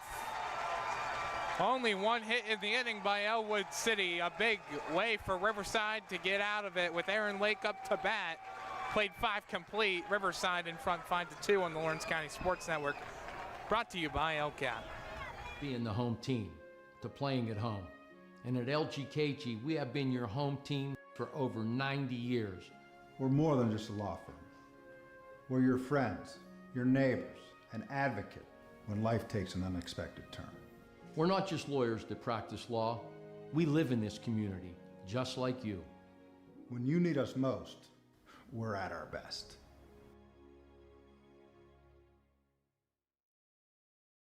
Meet Hometown, your flexible, user-friendly digital platform built for schools and communities. So your students and supporters can easily buy tickets online, add them to their wallet, and quickly scan for entry. Streamlining event management and boosting revenue with customizable seat maps, season passes, and live reporting.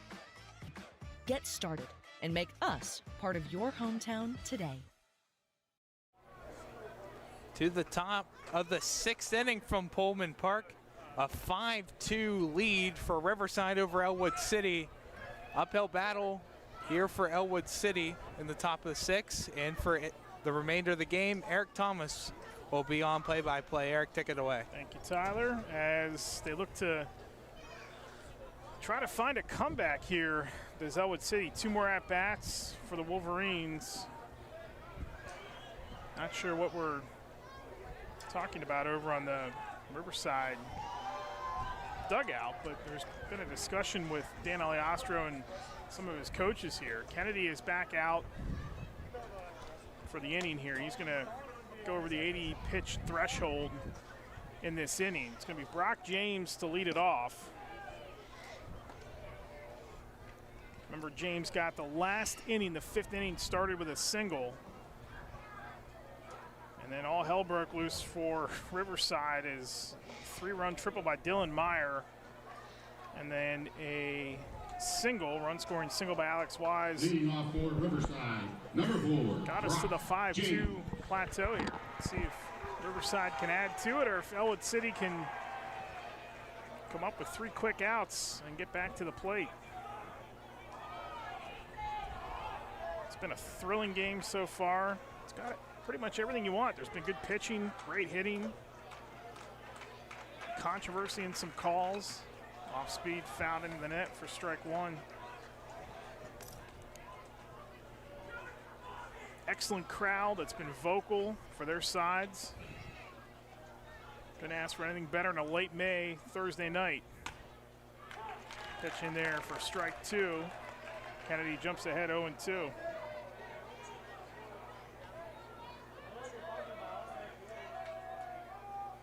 That is high in the zone. It's ball 1. 1-2 now to the leadoff man, James.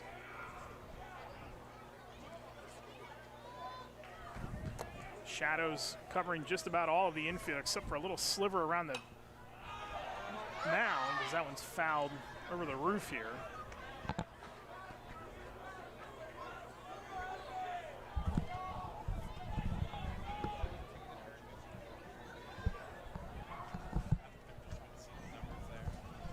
One-two pitch upcoming from Kennedy to Brock James. Outside corner misses, ball 2, it's 2-2.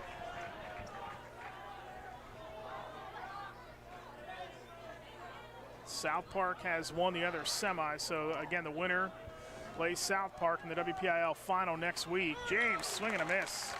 Strike 3 to start the inning. 6th strikeout by Kennedy here this afternoon into the evening. Now batting the loser of this game, Jackson Barber, is going to play Avonworth, who was the number 1 seed in the bracket. That'll be for 3rd and 4th place. As we go back to the top of the order, and Jackson Barber now for Riverside. Barber swinging a miss at strike 1.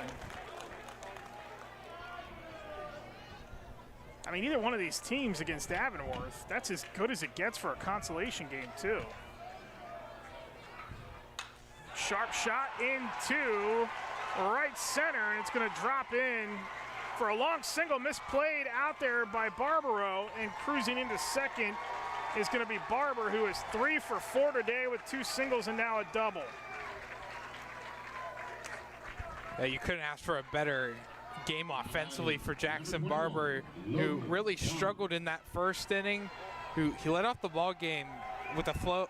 He was flown out, and then he struggled with the first 6 batters in the bottom of the 1st. Has really turned his game around. Has been almost lights out on the mound.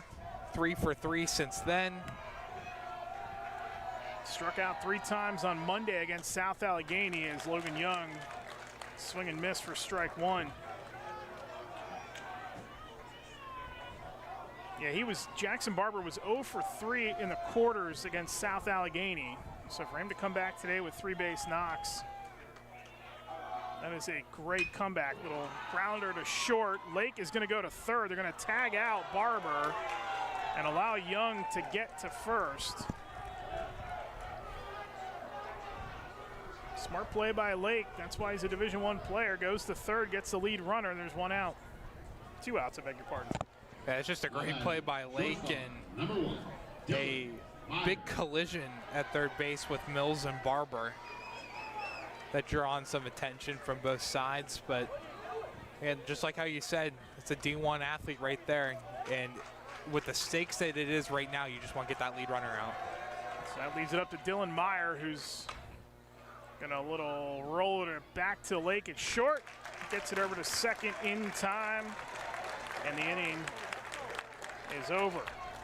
So no runs on 1 hit, no errors, 1 left. We go to the bottom of the 6th inning. It's Riverside in front, 5-2 on the Lawrence County Sports Network, powered by LCAP. Calling all sports fans. Never miss a moment with real-time alerts, keeping you in the loop when your favorite teams are playing. Get instant updates sent straight to your phone with game schedules, changes, and all the latest news. You can receive important updates and reminders, so you're always prepared for game time. Be the first to cheer on your local teams and show your support. Receive important updates and reminders, so you're always prepared for the game. Signing up is quick and easy. Don't miss out. Sign up now and stay connected to the action. Plus, follow us on social media for live updates, behind-the-scenes content, and community news.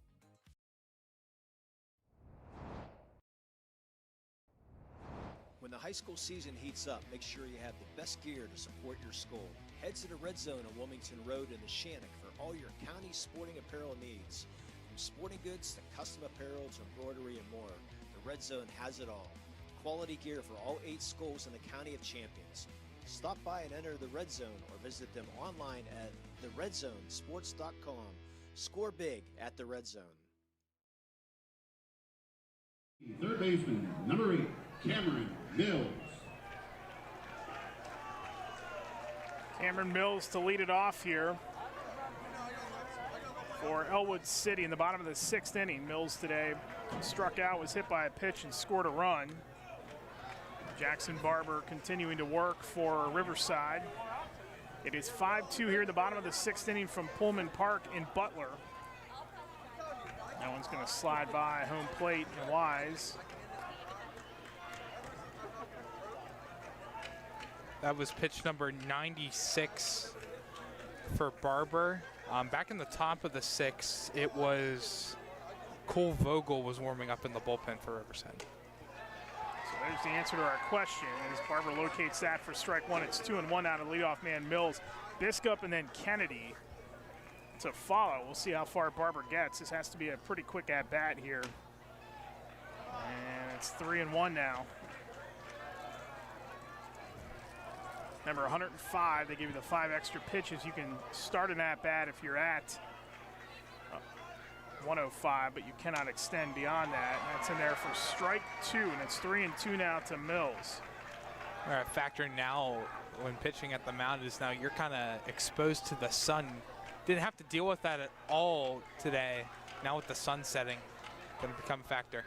Barber outside corner, and that's a leadoff walk for Mills.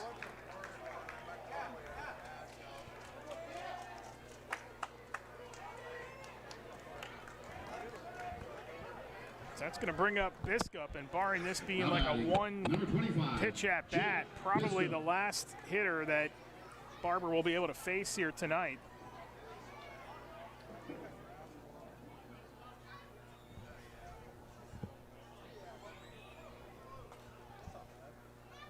It's like we're going to get a courtesy runner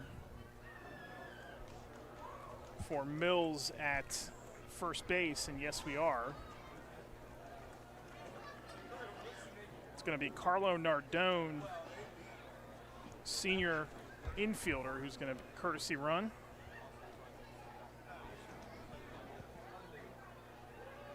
And you're just looking to get more speed on those base pads. So now it got 6 outs to play with. You need 3 runs. This is not necessarily panic mode right now for Ellwood City, but it's slowly starting to get towards that territory. Yeah, I wouldn't think so either, especially with changes probably coming here. Well, they're going to have to for Barber. So he's going to get extended here. That is outside for ball one. You let him finish the at-bat regardless here, and then the change is going to have to come.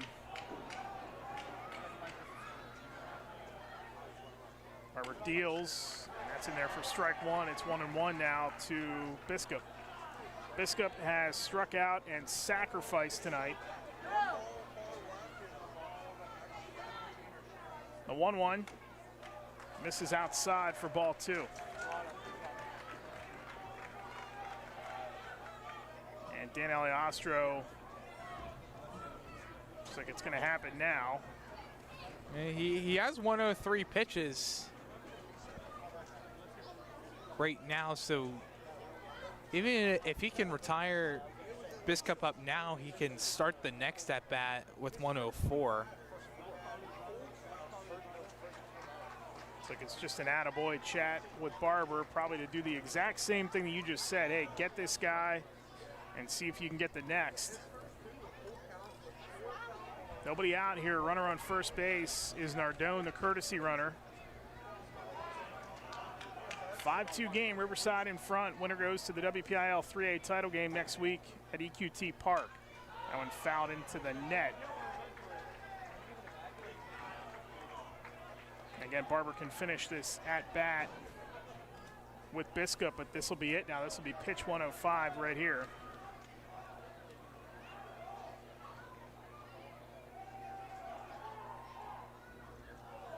And we had time called.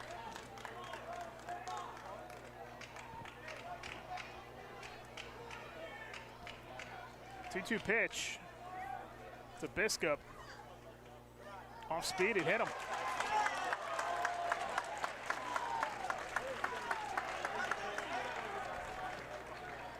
So two are on.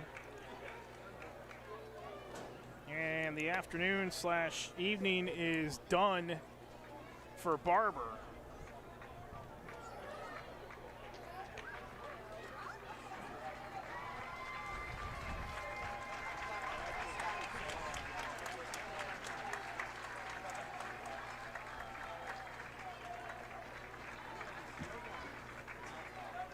It's going to be McCartney Plasmeyer, it looks like, who comes in to pitch.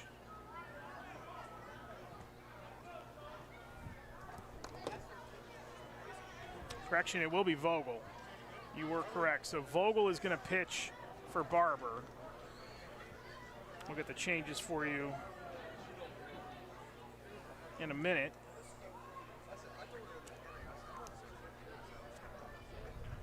Yeah, Cole Vogel, 6 games played, 0-1 record, 12 complete innings pitched. Opponent batting average of .296, 4.67 ERA. Barber's evening, pretty good after he settled down. He goes 5 innings, now pitching for Riverside, 3 hits. He is on the hook for the 2 that are on base right now. Walked 4 and struck out 6.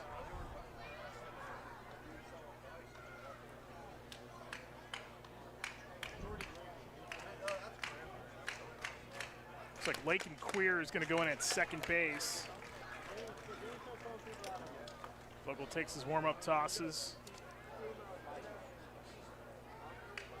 It's actually going to be Lakin Queer who goes into left.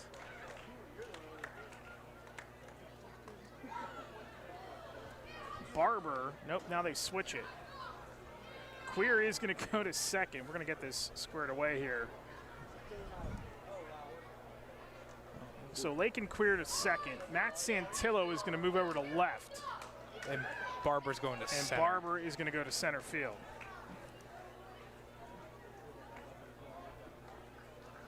Chase Bain stays in right. Meyer stays at short. Young at third. Plasmeyer at first.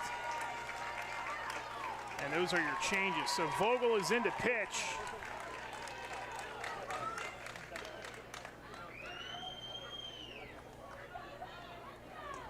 this was the big question. What would happen if Barber was extended in this game? Well, he was, and now it's up to the bullpen to close it out.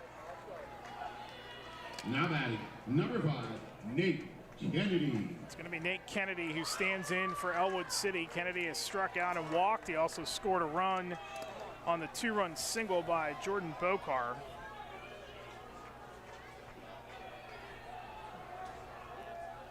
Vogel is set, fires, off speed, skips into Pebbles. Runners stay. Cameron Mills aboard with a leadoff walk. Jake Biska was hit by a pitch. Jackson Barber is out of the game as the starter. Cole Vogel is in relief.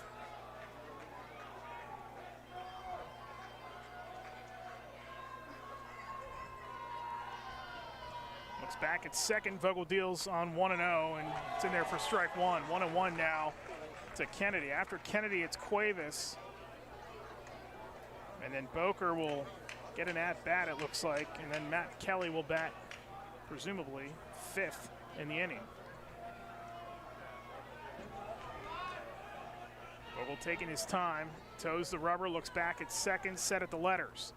Looks back again, fires to the plate, off speed, skips, one hops in front of Wise, runners stay again, and it's 2-1.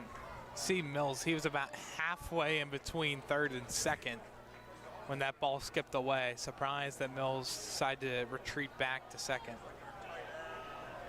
You can see the players shielding their eyes, the shadows in the infield. That sliver of sun over the mound is not going away. The sun is out in center and in right and shaded in left. But we'll ask for the signs again. Outside, misses for the ball. It's 3-1.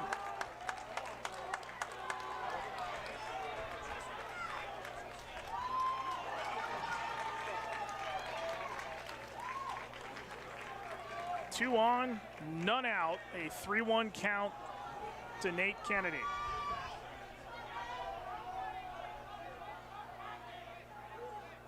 Vogel looks back, gets set at the letters. Now we'll get time at the plate once again.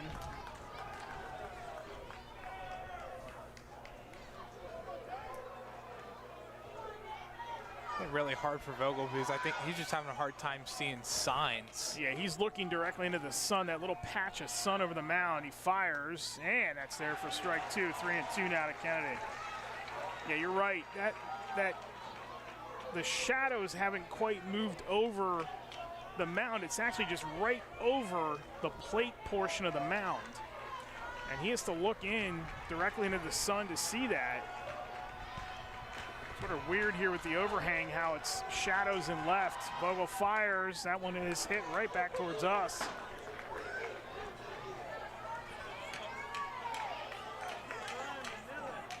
Stays 3-2. This is probably going to go on for another 10 minutes or so, and then the sun should shift the whole way out towards right into the corner and be gone. Lights are on here at Pullman Park. 3-2 pitch, we'll do it again. Vogel with 2 on and none out. Fires, that one is high for ball 4. The bases are loaded for Michael Cuevas. That's a big at-bat there by Kennedy, able to get the bases loaded. And you know, you've mentioned multiple times throughout the broadcast and the bottom of the order for both of these teams and the amount of hits that they have gotten. You know, there's only been one hit out of the bottom 3, and that was by Jordan Boker, who hit an RBI single in the 4th. But other than that, there's been nothing but groundouts and strikeouts out of the bottom 3 hitters. So it's a big time here for Ellwood City in the bottom of their order, and it starts with Michael Cuevas. Do you dare try to bunt in this situation if you're Cuevas? With nobody out, there is a way because Cuevas is fast. We saw it in his last at-bat. The pitch by Vogel is in there for strike 1. Well, we saw Barber pitch out of 2 jams tonight. We saw Kennedy pitch out of 1 and then get caught up in another. Vogel faces the most precarious position for a pitcher tonight. Bases loaded, none out. Deals to Cuevas inside, and it misses for ball 1. nowhere to go here with Cuevas. Boker stands on deck. It's Kelly after him, and then back to the top of the order.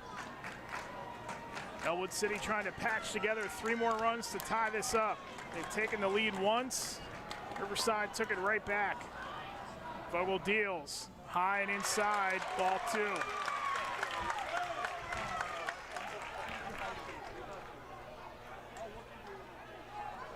Dom Hogue is at first base, a courtesy run for Kennedy, the pitcher. And we saw how that was a factor in the run-scoring inning by Ellwood City earlier. So they've got speed on the base path. Base hit, at least gets 2 home. Vogel deals, that is gonna hit Cuevas and force in a run. Cameron Mills will come in from third. Hey, you got to think a mound visit is inevitable here, and it is. Vogel's done. Yeah, the quick hook on him. This gets really interesting now from a Riverside standpoint. 5-3, bases loaded, no outs here in the 6th. And it's going to be Logan Young who's going to come in to replace Vogel. And to mention, all 4 batters that have been up to bat here in the bottom of the 6th, not a single hit. 2 walks and 2 hit by pitches.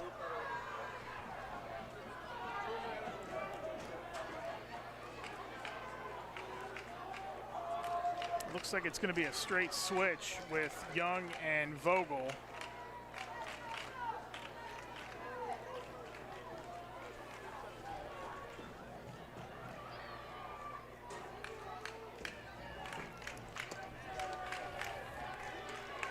So Vogel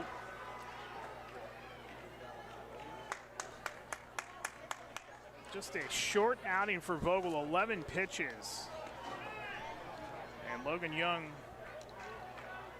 coming in relief here. Vogel is going to go to third.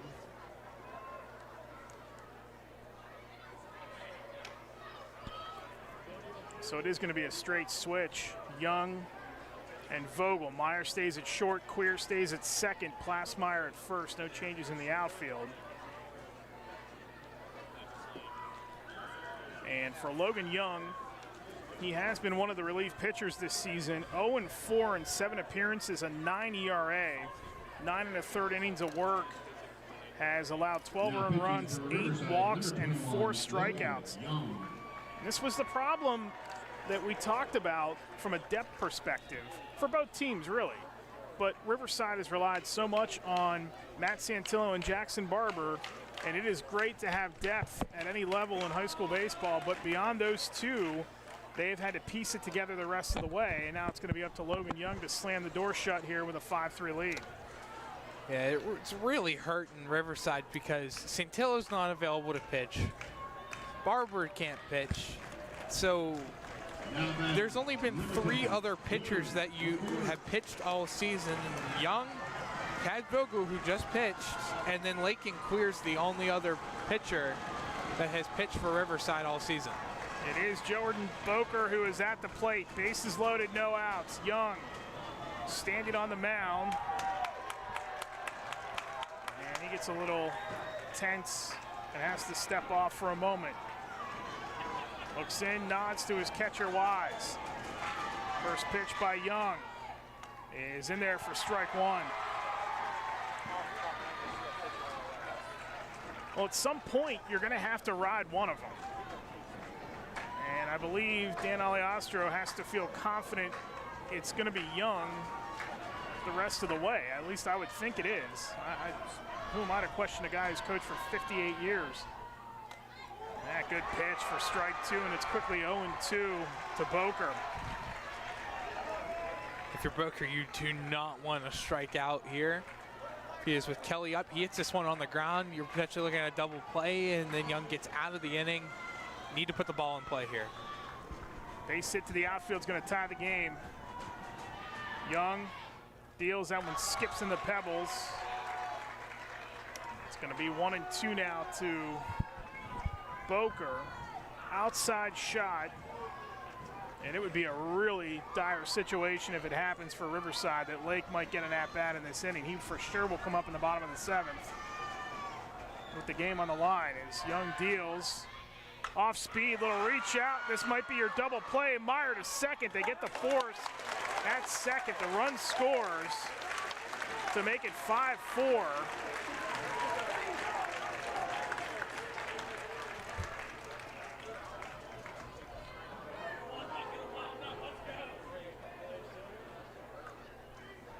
There is Hogue over at third base now.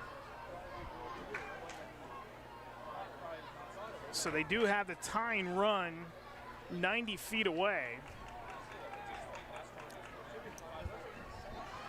Think that they steal Boker here. He's 3 for 3.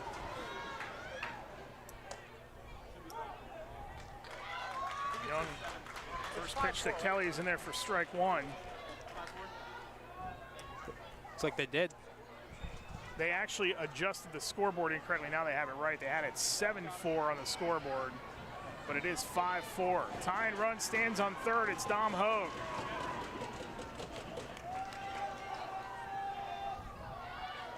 They're calling the infield in for Kelly.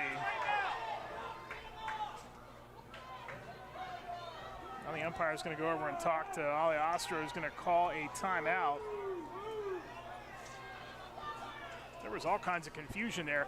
I don't think that they can see from the outfield into the dugout for Riverside because of those shadows. So they were calling for the infielders or the outfielders to come in, and nobody was really reading the signs from the dugout correctly, so they had to ask for time and go out and discuss it. Looks like everybody gets adjusted here. It's just a warranted time because you have the go-ahead run now on second with only 1 out. So, you know, a base hit to the outfield could be the difference in all what Ellwood City needs, but it's a 100% valid thing where you have to have the outfield come in. Infield's in too right now. They show bunt, and Kelly sends that into the netting behind home plate for strike 2. Yeah, Boker did advance to second. So there are runners on second and third with 1 out here. Biondi is on deck for Ellwood City. Kelly at the plate. It's an 0-2 count. 1 gone. 2 runs are in here for Ellwood City. Without a hit in the inning. Freezing Matt Kelly is Logan Young for strikeout number 1 and a huge out for Riverside now with 2 gone and Biondi coming to the plate. That's a big out, big out. And now you just play your game here. Just need to get 1 out.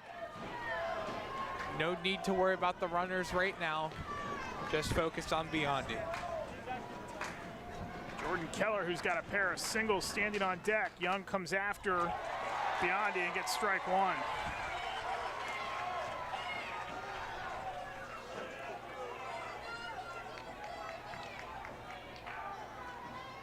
Two walks, a hit batsman, and a fielder's choice have placed the runners on for Ellwood City in this inning. Young deals. That one is low. Good job by Wise to block it. 1-1 now to Biondi. And Sun is gone on the mound, so it should be easy now for all the pitchers to look in and see the signs from the catchers. 1-1 pitch upcoming. Young set. Looks in, he fires. And that is outside corner for strike 2, and it's 1-2.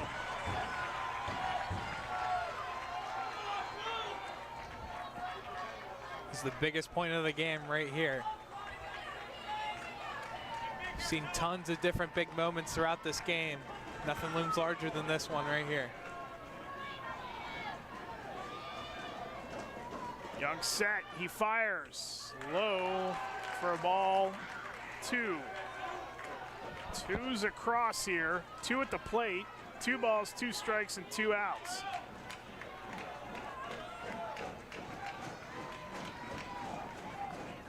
A 5-4 lead for Riverside. Young trying to protect it here in the bottom of the 6th inning. Little reach out, foul ball. Way ahead of it was Biondi. It'll stay 2-2. What more could you ask for in a game of this magnitude between these two teams, separated by 3 miles? Bitter rivalry goes back to 1961. Young stands on the mound. He will fire to home on 2-2. Ground ball up the middle, and it's a base hit. 1 run is in. Here comes the go-ahead run, sliding into home, and Ellwood City has retaken the lead.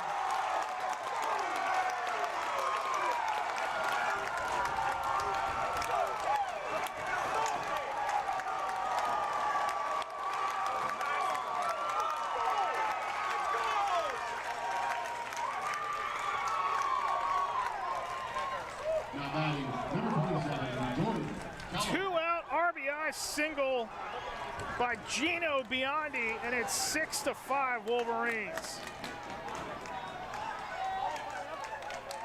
Never give up. Down 5-2. Ellwood City never gave up. And now they've climbed the mountain and now are in the lead. Big moment for Ellwood City. 4 runs in the inning, and they've had 1 hit. Young deals to Keller. It's low for ball 1. Keller has walked and singled twice.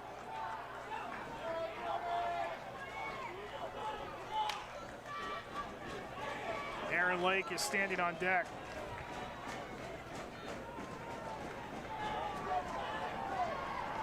Young deals, runner goes, throw by Wise to second is not going to be in time. And Biondi moves into scoring position with the stolen base.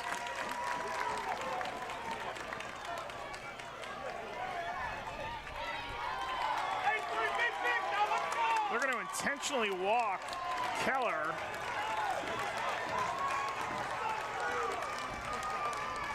To get to Lake. It's an interesting decision. But Lake is also 0 for 3. Yeah, he has struggled in the WPIAL playoffs at the plate anyway. He has struggled. 2 outs, 2 on. And here is Aaron Lake, who is 0 for 3 tonight, as Tyler mentioned. Young looks back at second. The pitch off speed, misses for ball 1.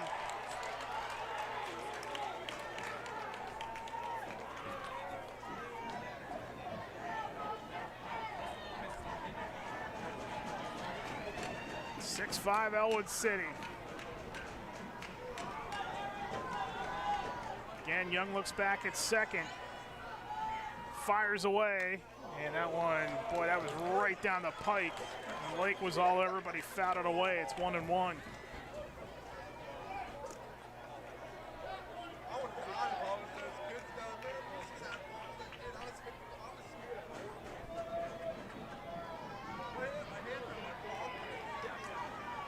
Young nods in approval. Set at the letters. Throw to second, and Myers there to cover. But back at second is Biondi.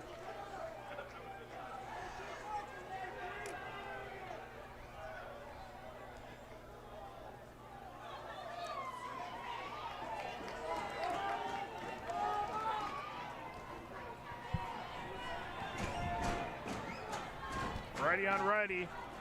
Young fires on 1-1. Late, big swing and a miss. He was way out in front of that again, and it's 1-2.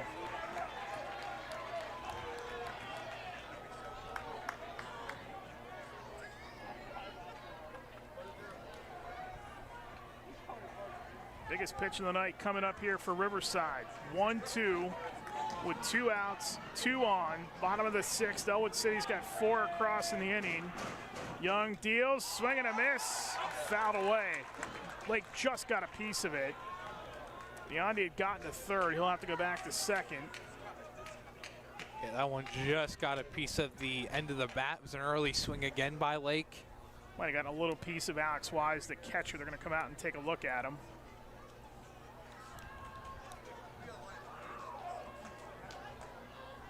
You know how there's always the lay down and force the timeout in football. I wonder if this is just to kind of cool things off in here a little bit.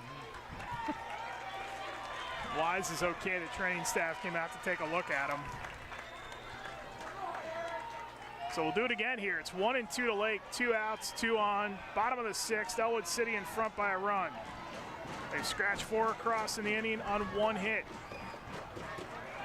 Logan Young is set at the letters. Fires, Lake, pops it up, and it's out of play.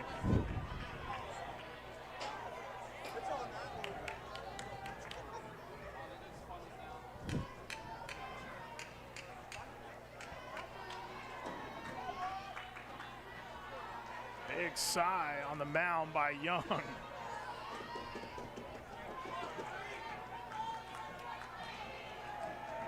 Lake stands in. 1-2 again. Young looks back at second and steps off.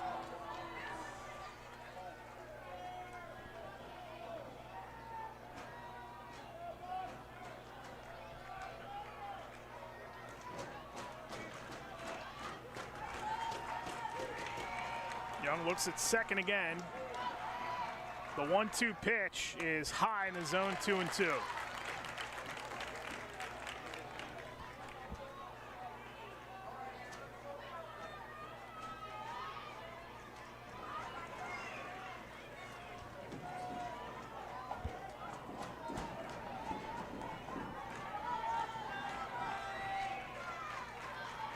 Two and two to Lake. Young deals, runners go, swing and a miss. Lake is down on strikes. And Logan Young survives despite giving up the lead. 4 runs on 1 hit. No errors, and Ellwood City strands 2, but they get the lead back, and they lead it 6-5 on the Lawrence County Sports Network, powered by LCAP. When the high school season heats up, make sure you have the best gear to support your school. Head to the Red Zone on Wilmington Road in the Shannock for all your county sporting apparel needs. From sporting goods to custom apparel to embroidery and more, the Red Zone has it all. Quality gear for all 8 schools in the County of Champions. Stop by and enter the Red Zone or visit them online at theredzonesports.com. Score big at the Red Zone. Celebrating 25 years of the best coverage of high school sports in Western Pennsylvania. This is the Trib Live High School Sports Network, covering 140 schools throughout all 3 sports seasons. Trib HSSN is always there.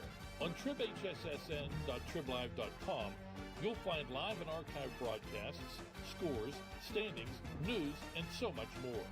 The Trib Live High School Sports Network, broadcasting high school sports in Western Pennsylvania for 25 years. To the top of the 7th we go. Nate Kennedy is back out to work for Ellwood City. Due up for Riverside, it's Santillo, who's 1 for 3. Wise 1 for 3 with an RBI, and then Vogel. And if anybody reaches, Chase Bame would bat 4th. So here we go. High drama here at Pullman Park. It's the setting, the weather, the fan bases, everything about this has been fantastic playoff baseball here tonight. Kennedy is at 90 pitches, so he's got 15 more to work with. I guess in theory, if this is a quick inning, he could come back out to try to close it out. Leading up for the Panthers. This is the top of the 7th anyway, so this would be it. So he will have a chance to close it out here with Santillo to lead it off.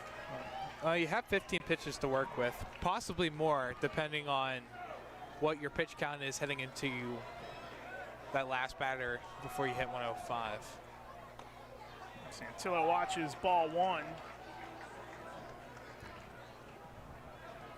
Again, the winner goes to the WPIAL AAA title game next week. Strike 1 on the outside corner to even the count at 1-1. And they will play South Park who knocked off number 1 seed Avonworth earlier today by a final of 5-2. Santillo watches ball 2.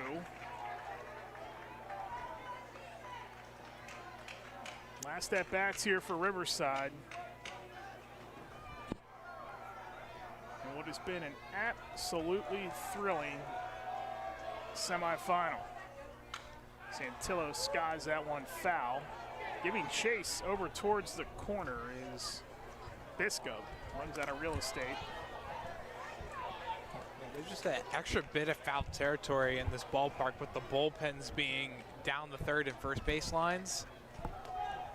Probably add yourself at least another 20, 25 feet of just extra running room to go catch a foul ball. 2 balls and 2 strikes to the leadoff man, Santillo.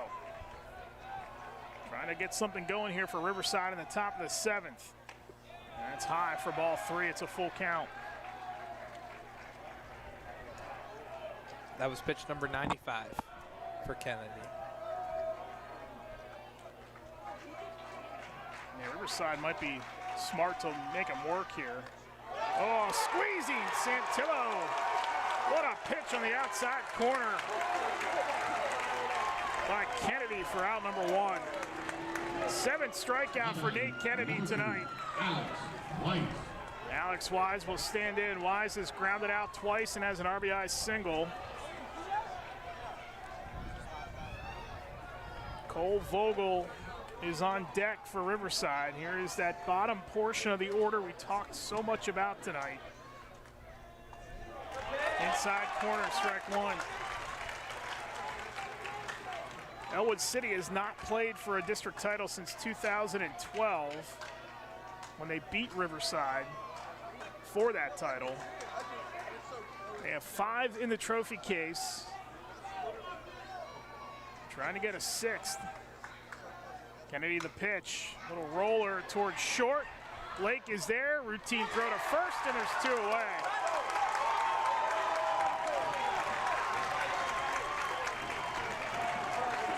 Great play again by Lake. I mean, it's just been rinse and repeat for him all day. It's at least the 6th or 7th time. The ground balls came to short. And now Riverside down to their final out. And Kennedy at 98 pitches, so more than enough to get through this batter and possibly another one if needed. Vogel is 0 for 3 with 2 strikeouts. Grounds it, too short. Lake is there, the throw to first at Ellwood City is going to go to the WPIAL AAA championship game as they knock off Riverside in a thriller 6-5 at Pullman Park. Nate Kennedy picks up the win. The run by Riverside. There will be a new champion in 3A WPIAL. Riverside's run is over as their rival Ellwood City does the deed here tonight by a final of 6-5. We'll add everything up, come back with a brief post-game show next. You're listening to High School Baseball on the Lawrence County Sports Network, powered by LCAP. Castle Asphalt and Construction is driven to provide quality, cost-efficient pavement-related services to Western Pennsylvania. Every paving or construction service at Castle Asphalt begins with a thorough site inspection of the area to allow their team of professionals to become familiar with the unique conditions of your home or business. Once the site inspection is complete, Castle Asphalt provides you with a detailed plan of the design, cost, materials, and time of completion, so you know exactly what to expect during your construction. Visit castleasphalt.com to request a quote for your next project and make your dream design come to fruition. Like in sports, it takes a great team to protect you, your family, and your business. MVP Insurance is that team. From home and auto to life and commercial insurance, you can count on us for coverage that adapts to your needs. We're committed to excellence for our clients' experience and in serving our community. It's a winning combination. MVP Insurance. Don't get left on the sidelines. Log on to mvpins.com or call today to get your free quote. For 20 years, Melee Chiropractic has treated athletes of all ages to help them get safely back to the top of their game. Melee Chiropractic has 3 full-time doctors in their office, and all 3 are former area athletes, who have had to battle injuries throughout their careers. They want to help you get safely back on your feet. But more importantly, help stop the injuries before they happen. Prehab before you rehab. Attention all high school student athletes. During your sports season, a $30 visit to the Maley Chiropractic office includes an adjustment and/or all therapy is necessary. From the athletes of tomorrow to the weekend warriors and everything in between. Let Maley Chiropractic keep you in the game. That's the power of Bowser. You're always on the winning team with the Power of Bowser, the official car dealer of the WPIAL. Visit powerofbowser.com 24 hours a day, 7 days a week to find your perfect vehicle. Get the absolute best price and the best car buying experience around. See the full lineup at powerofbowser.com. Powerofbowser.com, where the power of Bowser is yours. You can shop for pretty much anything online. Clothes, food, vacations, you name it. All without ever leaving the comfort of your couch. Finally, banking can be just that easy too. With the all-new FMB eStore, you can shop for hundreds of financial products to manage your money, all from the comfort of your couch. From clicks to bricks, we've got you covered. Experience the FMB eStore in branch, on your phone, or online at fmb-online.com. Lawrence County SportsNet is proud to honor Neshannock's Kaylee Cubelis as the April Red Zone Female Athlete of the Month after setting the school records in the 200-meter and 400-meter dash at the MAC Championships. LC SportsNet is also proud to honor Neshannock's Anthony Aiken as the April Male Athlete of the Month. Anthony broke a 56-year-old school record in the 100-meter dash, is a part of the school record 4x100-meter relay team, and also second on the baseball team in RBIs, including a walk-off single against Shenango. Congratulations and best of luck to Neshannock's Anthony Aiken and Kaylee Cubelis, the April Red Zone Athletes of the Month. Back here at Pullman Park for the Tri-County Principals Association postgame show as Ellwood City knocks off Riverside tonight by a final of 6-5. And they are headed to the WPIAL AAA Championship game opposite of South Park next Wednesday at EQT Park in Washington. Let's take a look at our Creative Edge scoring recap. Creative Edge building the community for over 50 years. It was Riverside who got on the board first on an RBI double by Logan Young in the bottom of the third inning. And it was 1-0 at that point. Ellwood City comes back in the bottom of the fourth. That was the top of the inning, I beg your pardon, top of the third. And then in the bottom of the fourth inning, Ellwood City comes right back with 2 runs. It was a 2-run single by Jordan Bokar to give them a 2-1 lead. Riverside responds top of the 5th inning on a 3-run triple by Dylan Meyer. And then a run-scoring single by Alex Wise. They put 4 on the board. They take a 5-2 lead. And then it gets a little interesting because Jackson Barber ends up being maxed out after 5 innings of work on the mound. So as soon as he leaves the game, he goes to 105 pitches. As soon as he leaves the game with the lead, Ellwood City then starts going to work, and they did so in the top of the 6th inning, scoring 4 runs on just 1 hit, but that hit was Gino Biondi's 2-run single to basically win the game. That was the game-winning runs that came across on that single by Gino Biondi to decide it. The inning starts on a walk by Cameron Mills. Jake Biscup was then hit by a pitch. Nate Kennedy draws a walk. Michael Cuevas was hit by a pitch. Jordan Boker then grounds into a fielder's choice in which they get Cuevas at second.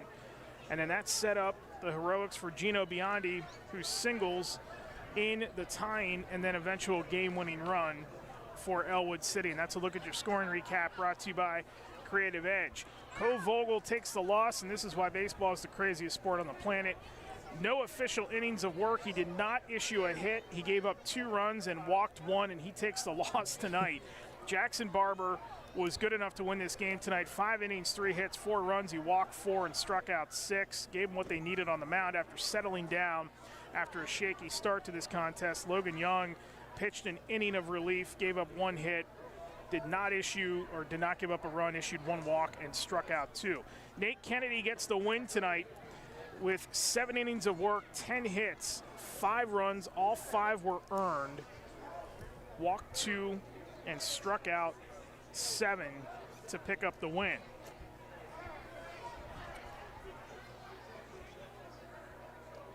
I don't know what else you say about that. That was fantastic. Yeah, you couldn't ask for a better outing for Ellwood City. And these are two teams that have both had to find different paths to get to this point. We saw Riverside have to come back to win a game earlier in the playoffs. Ellwood City did the same exact thing. Both teams shut out a team in their run up to this point. So you knew it was going to be a battle up to this point. And Ellwood City, when they went down 1-0, then they got the lead. Riverside responded in a big way with the 4 runs, made it that 5-2 game, but Ellwood City never backed down, never quit. As soon as Barber got out of the game, really attacked hard offensively, got the 4 runs, come out with the 6-5 victory.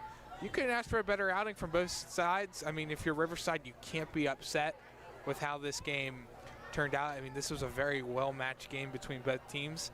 Ellwood City goes to play South Park next week for the 3A title. Riverside will play Avonworth for that 3rd spot. Again, at least to look on the bright side for Riverside is your season's not over. You still got the state playoffs coming up. Is the PIAA. There's 4 qualifiers for the WPIAL. So yeah, you still defend your title. Yeah, you still can defend your title. Fortunately, you're not going to be able to for AAA, but still for state 100%. So Riverside, just get back to your game and start preparing for Avonworth and then for states. Final line scores for each side. Riverside 5-10-0. They stranded 7. Ellwood City 6-4-1, and they left 6 on base. Time of the game tonight, 2 hours and 16 minutes. It is Riverside who goes to the WPIAL Championship for the first time since 2012 as they knock off the defending district champs Riverside tonight by a final of 6-5.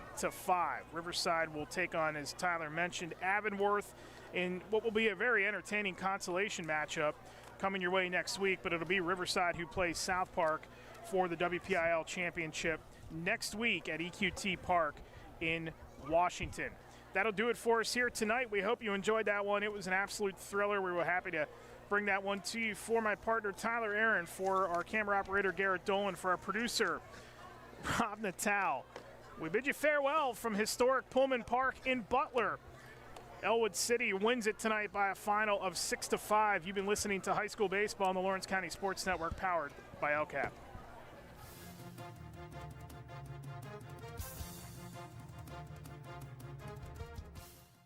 Your voice for Lawrence County sports. The gold ball headed home to Newcastle. This is the Lawrence County SportsNet.